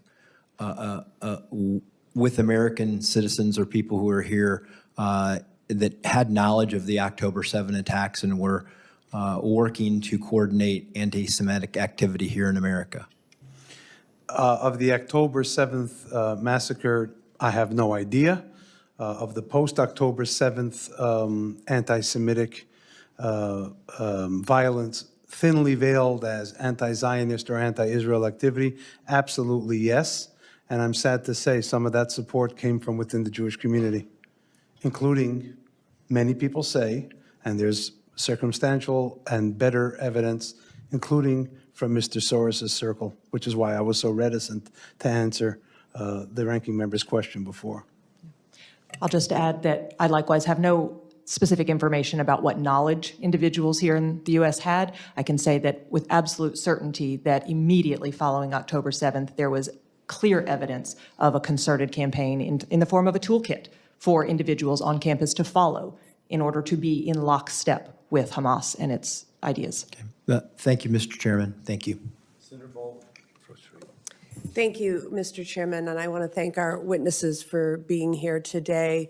Let me be clear, there is no place for anti-Semitism and other forms of discrimination anywhere in this country, including on our college campuses. As we've heard this morning, the Office of Civil Rights within the Department of Education is responsible for enforcing laws that protect the civil liberties of more than 49 million K through 12 students and more than 24 million post-secondary students, including 1.2 million students in the state of Wisconsin. There's been some debate at the dais, on the dais, about whether the Office of Civil Rights is adequately resourced for the important charge that it has. The Office of Civil Rights was established by Congress within the Department of Education and is charged with protecting the rights of students. We know that the office has seen a rise in cases and allegations of anti-Semitism and other religious-based discrimination on college campuses. And so I would expect to be talking today more about how we are ensuring that the Office of Civil Rights is properly staffed and resourced. The Trump administration has taken the opposite approach, intending to gut not only the Office for Civil Rights by firing staff, closing regional offices, and freezing OCR cases, but also by intending to dismantle the entire Department of Education.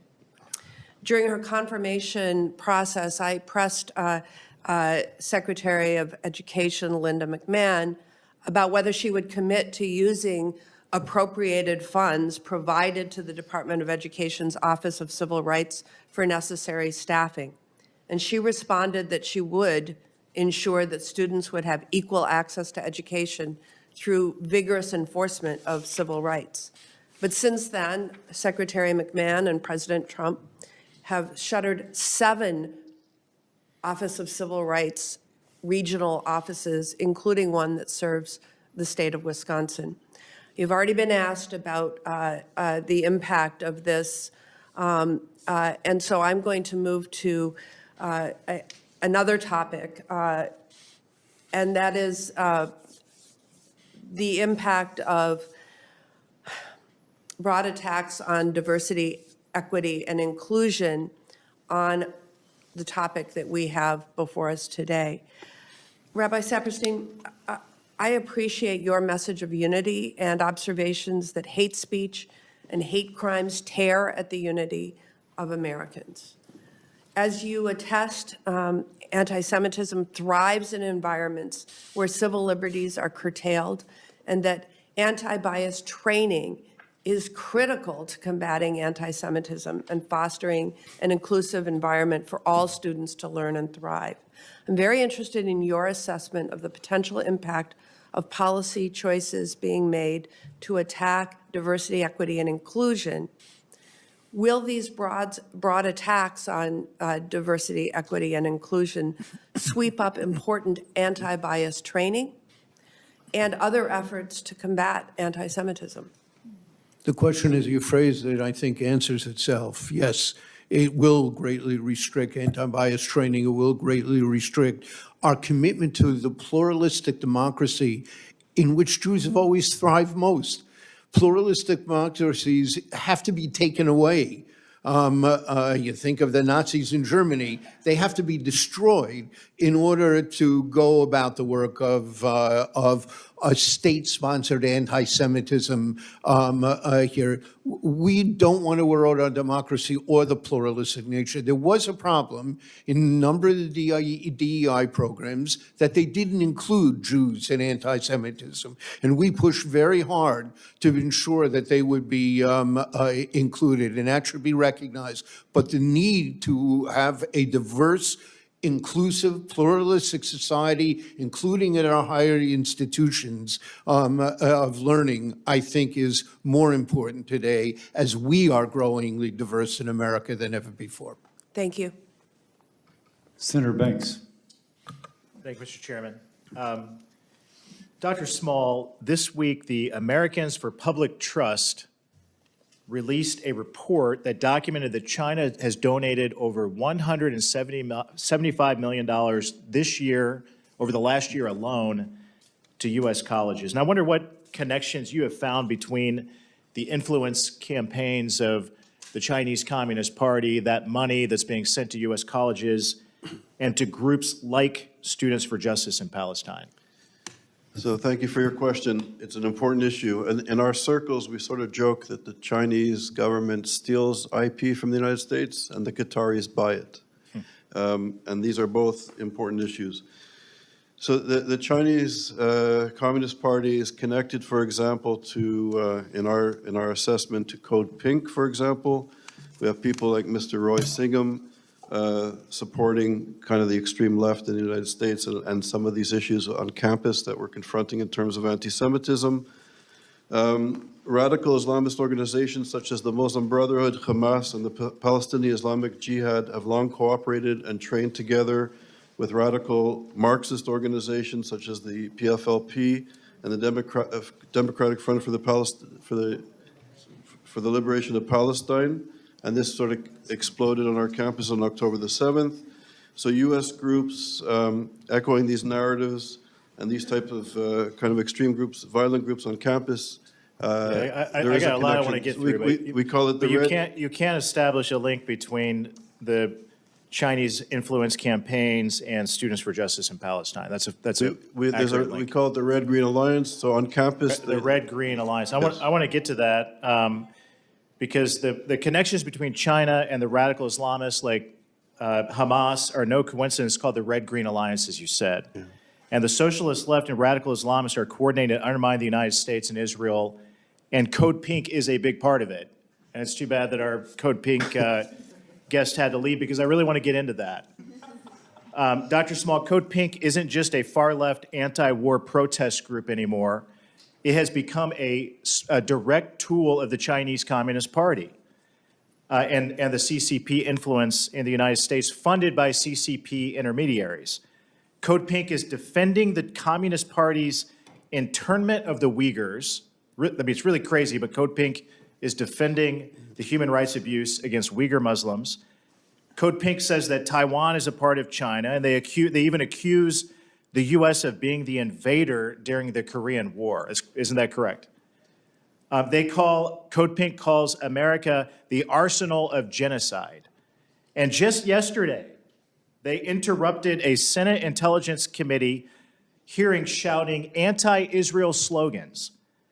Dr. Small, what links are you aware of between the CCP and Code Pink and other pro-Hamas organizations? So our colleagues have done some research on this, and there definitely is links. There's links to Hamas. There's links to the Iranian revolutionary regime as well. The Code Pink people have visited Gaza and Iran on various occasions. So there is this sort of, they embody the Red-Green Alliance. They're anti-American, anti-democratic, anti-Semitic. Yeah, I'm really sorry they left, because I wonder, like, do they even know that?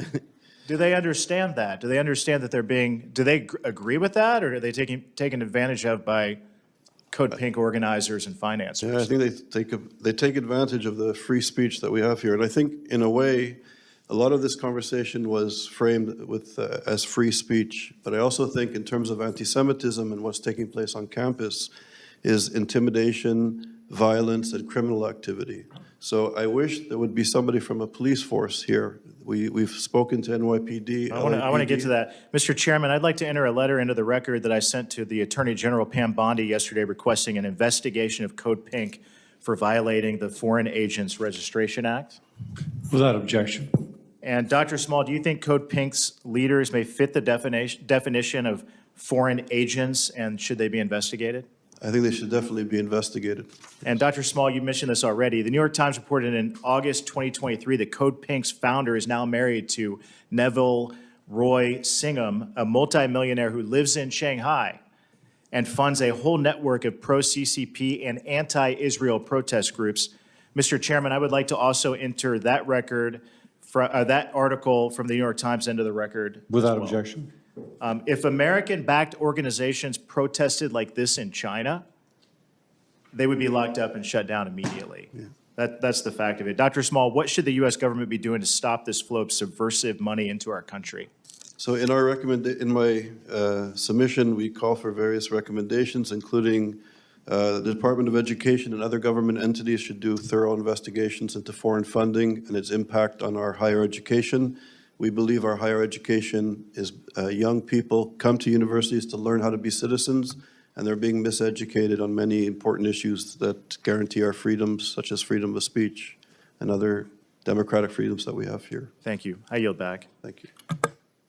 Senator Markey. Thank you, Mr. Chairman.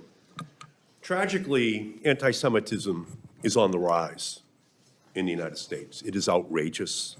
It is wrong. And we cannot and we must not tolerate it. We saw it when white supremacists marched in Charlottesville with swastikas, yelling blood in soil. We saw it when a man walked into the Tree of Life Synagogue and killed congregants in their house of worship. We see it when synagogues are threatened and vandalized.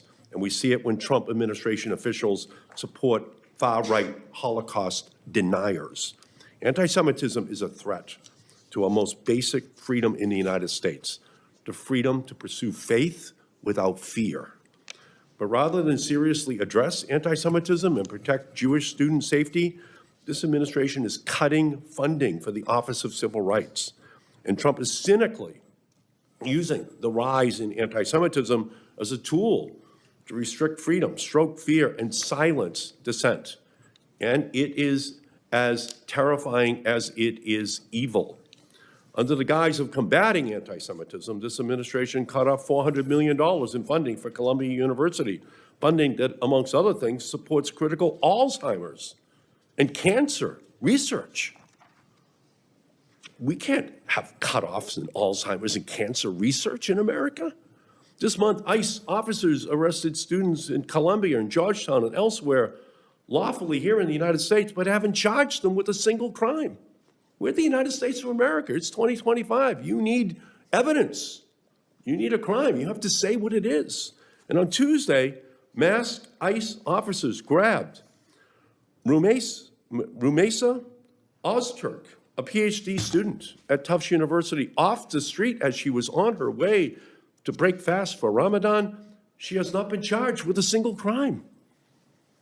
As far as I understand it, the Trump administration arrested these students because they engaged in the freedom of expression that is explicitly protected under the Constitution of the United States. What these individuals said or believed is besides the point. What matters is that we have a president arresting people because he disagrees with their constitutionally protected right to freedom of expression. And that imperils the basic democratic principles upon which all of our freedoms relies. When the government of the United States is sending mass police to grab students off the streets and from their homes, holding federal dollars or threat of investigation as blackmail to force institutions into silence and routinely violating the Constitution, the laws passed by the United States in order to do what he wishes while using the Jewish people and others as a shield for its transgressions, we have crossed a dangerous, dangerous threshold from which we cannot return unless we call it out for what it is, authoritarianism.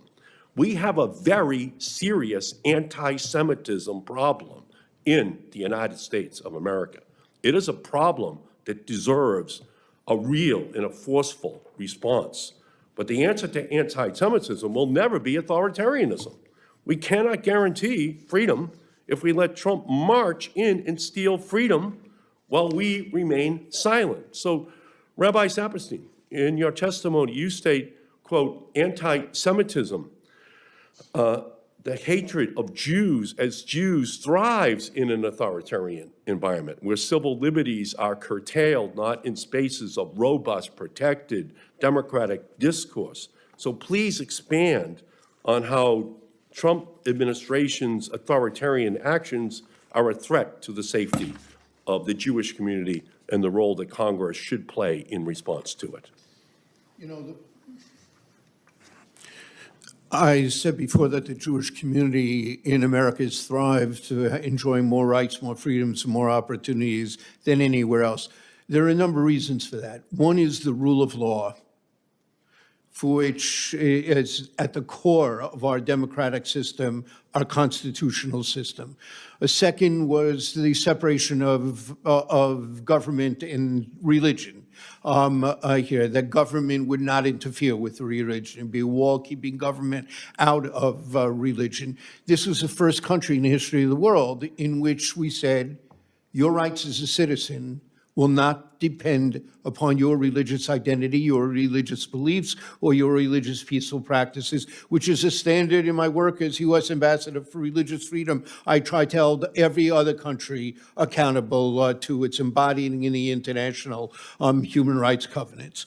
Here, we have always thrived better in open, pluralistic countries than we have in dogmatic and authoritarian countries. We are always the other in those authoritarian countries.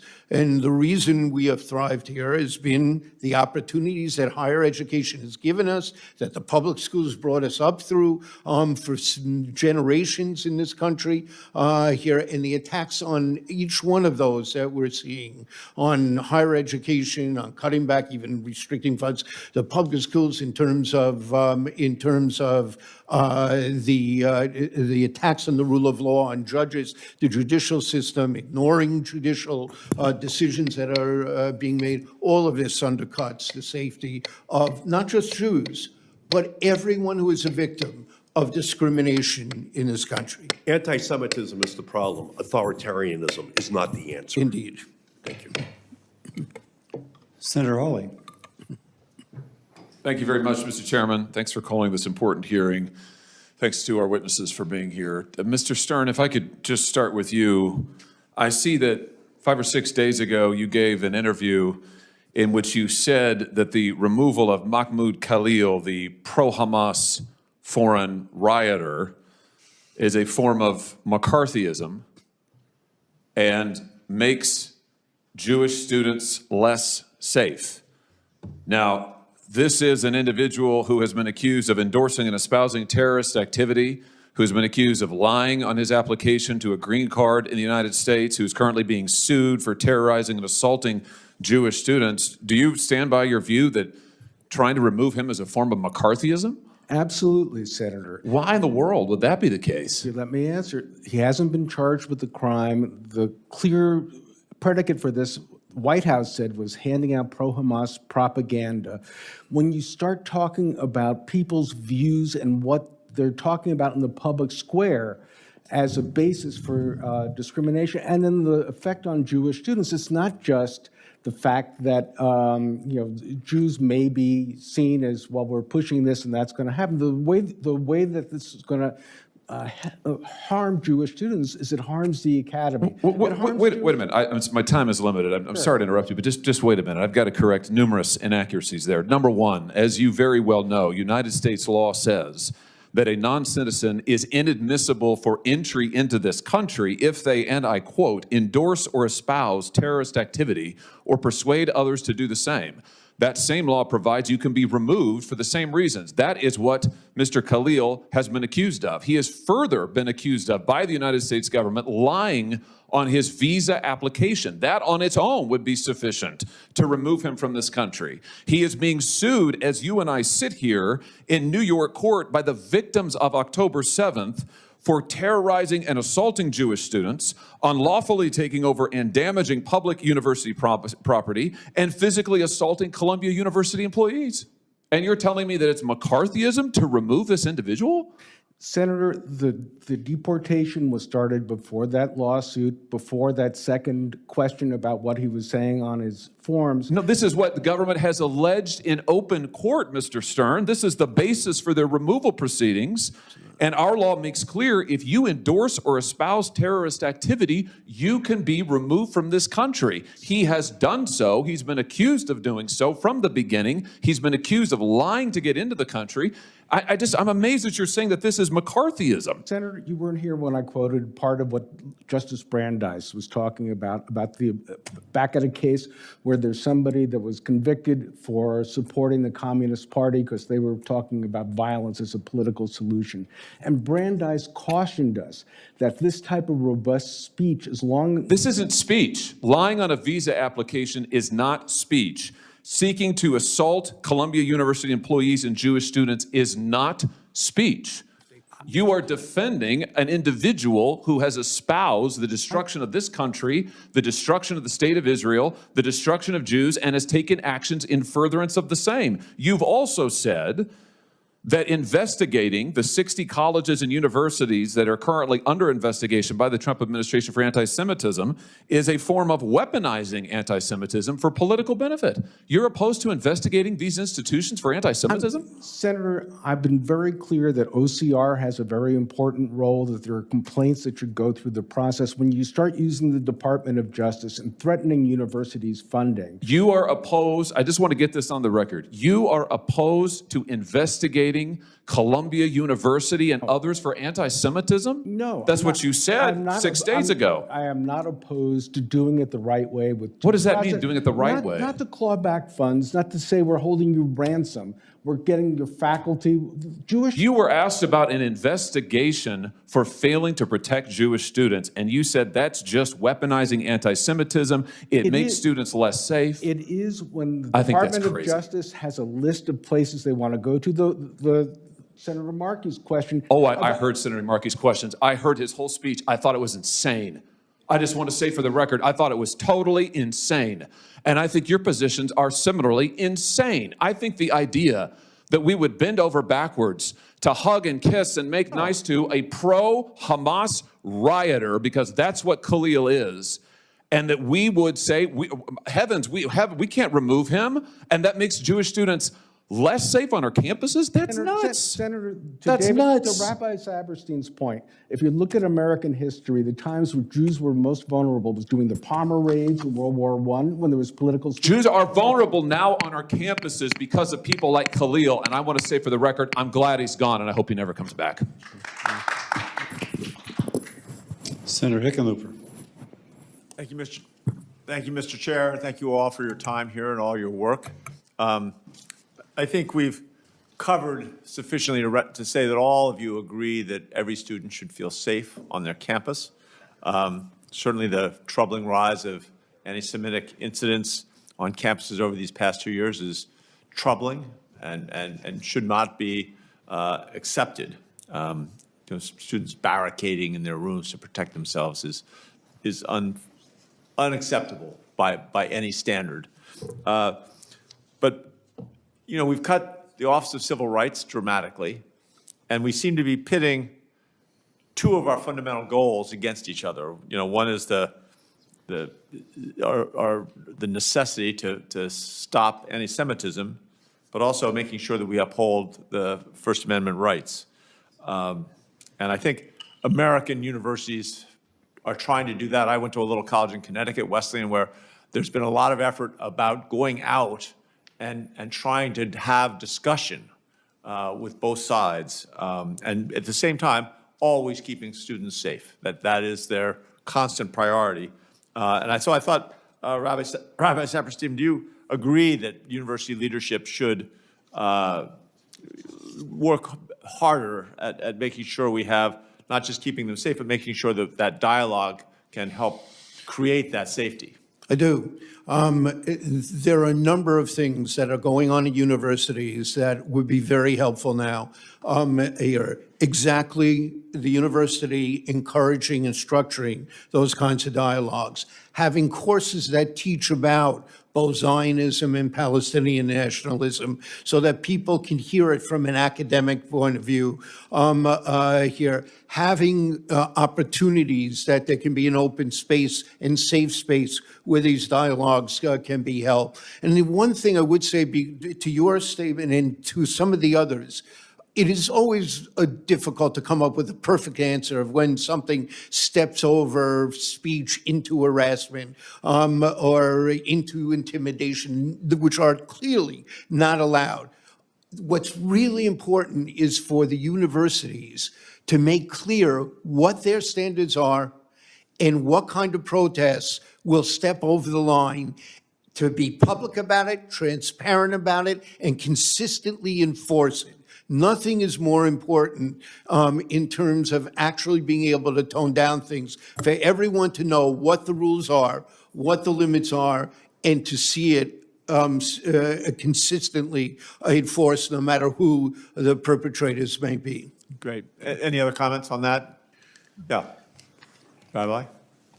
Yeah, I think that, I'm obviously a supporter of the First Amendment. I'm a very deep beneficiary of the First Amendment. I believe that discussion between peoples is always important. One thing I'm proud of is the numerous relationships I have with Muslims and Arab leaders who come to this country. But you got to go a little faster. I'm going to... To understand them. It will be 3 sentences. On the campus of the George Washington University, I was just told firsthand by a student that they were taught in the first session of a class they needed to take that just to balance things out, there will be no Israeli written materials allowed in this course. I believe that. I hear that argument, but that's not answering my question. So, Dr. Small. Yeah, I just want to start by saying a family friend's daughter goes to Wesleyan, and she withdrew because she couldn't stand the pressure of being a young Jewish woman in this space. That's the good. first Okay. point. Mr. Stern, no, I got to get another question. I'm sorry. You get one shot. I apologize. I wish I had 6 minutes. Michael Roth, the president there, is one of my heroes. What he said when there was an encampment, he said, you want to camp? Camp. You harass somebody, you intimidate, that's a different story. We're going to use this as a learning experience. One other thing. No. Okay. I just I want to get this last question. Sorry, Ms. Campbell. You get your one sentence. I think we have to stop hiding behind free speech. What we are seeing on campuses is not a matter of speech by and large. I hear you. I've heard that's come through. And I don't disagree but that balance between free speech and what we're talking about. I want just a quick yes or no right down the line, because this is a crux. Do you think it's appropriate that the federal government threatens to withhold research money that has nothing to do with any of this issue from major universities across the country based on how they're addressing this specific issue? The federal government has the authority to condition how it spends its money. So you think that's okay? When institutions are violating the law, yes, it is okay. Okay.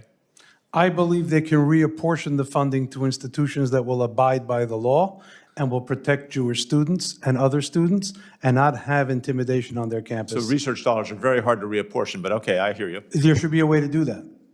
It's against the federal law to fund private or public entities that discriminate against American citizens.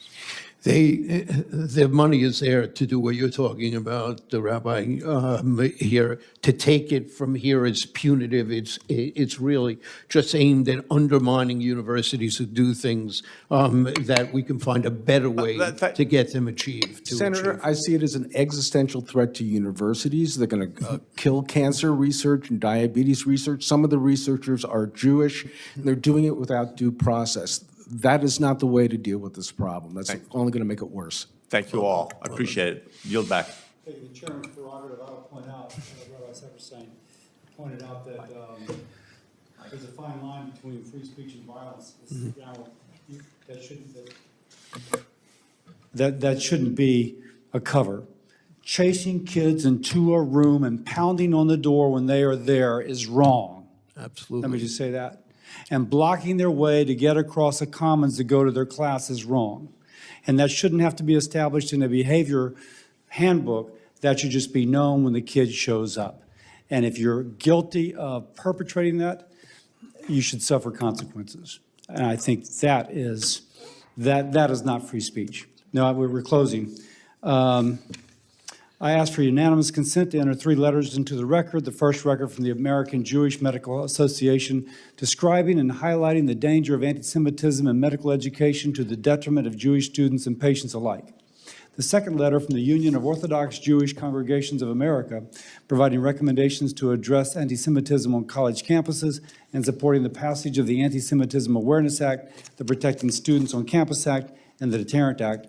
The third letter from the Zionist Organization of America, highlighting the long history of anti-Semitism on college campuses, including the surge since the attacks on October the 7th, 2023. And I ask unanimous consent, and I so acknowledge. The hearing record will remain open for 10 business days. Senators may submit questions for the records within that time if they would like. Mr. Chairman, Senator Sanders? I have a couple of unanimous consents. Oh, I'm sorry. One to enter the record, a letter from the Jewish Electorate Institute regarding today's hearing, and another one dealing with the impact of Trump's gutting of the Office of Civil Rights. Without objection. Thank you for being here today. The committee stands adjourned.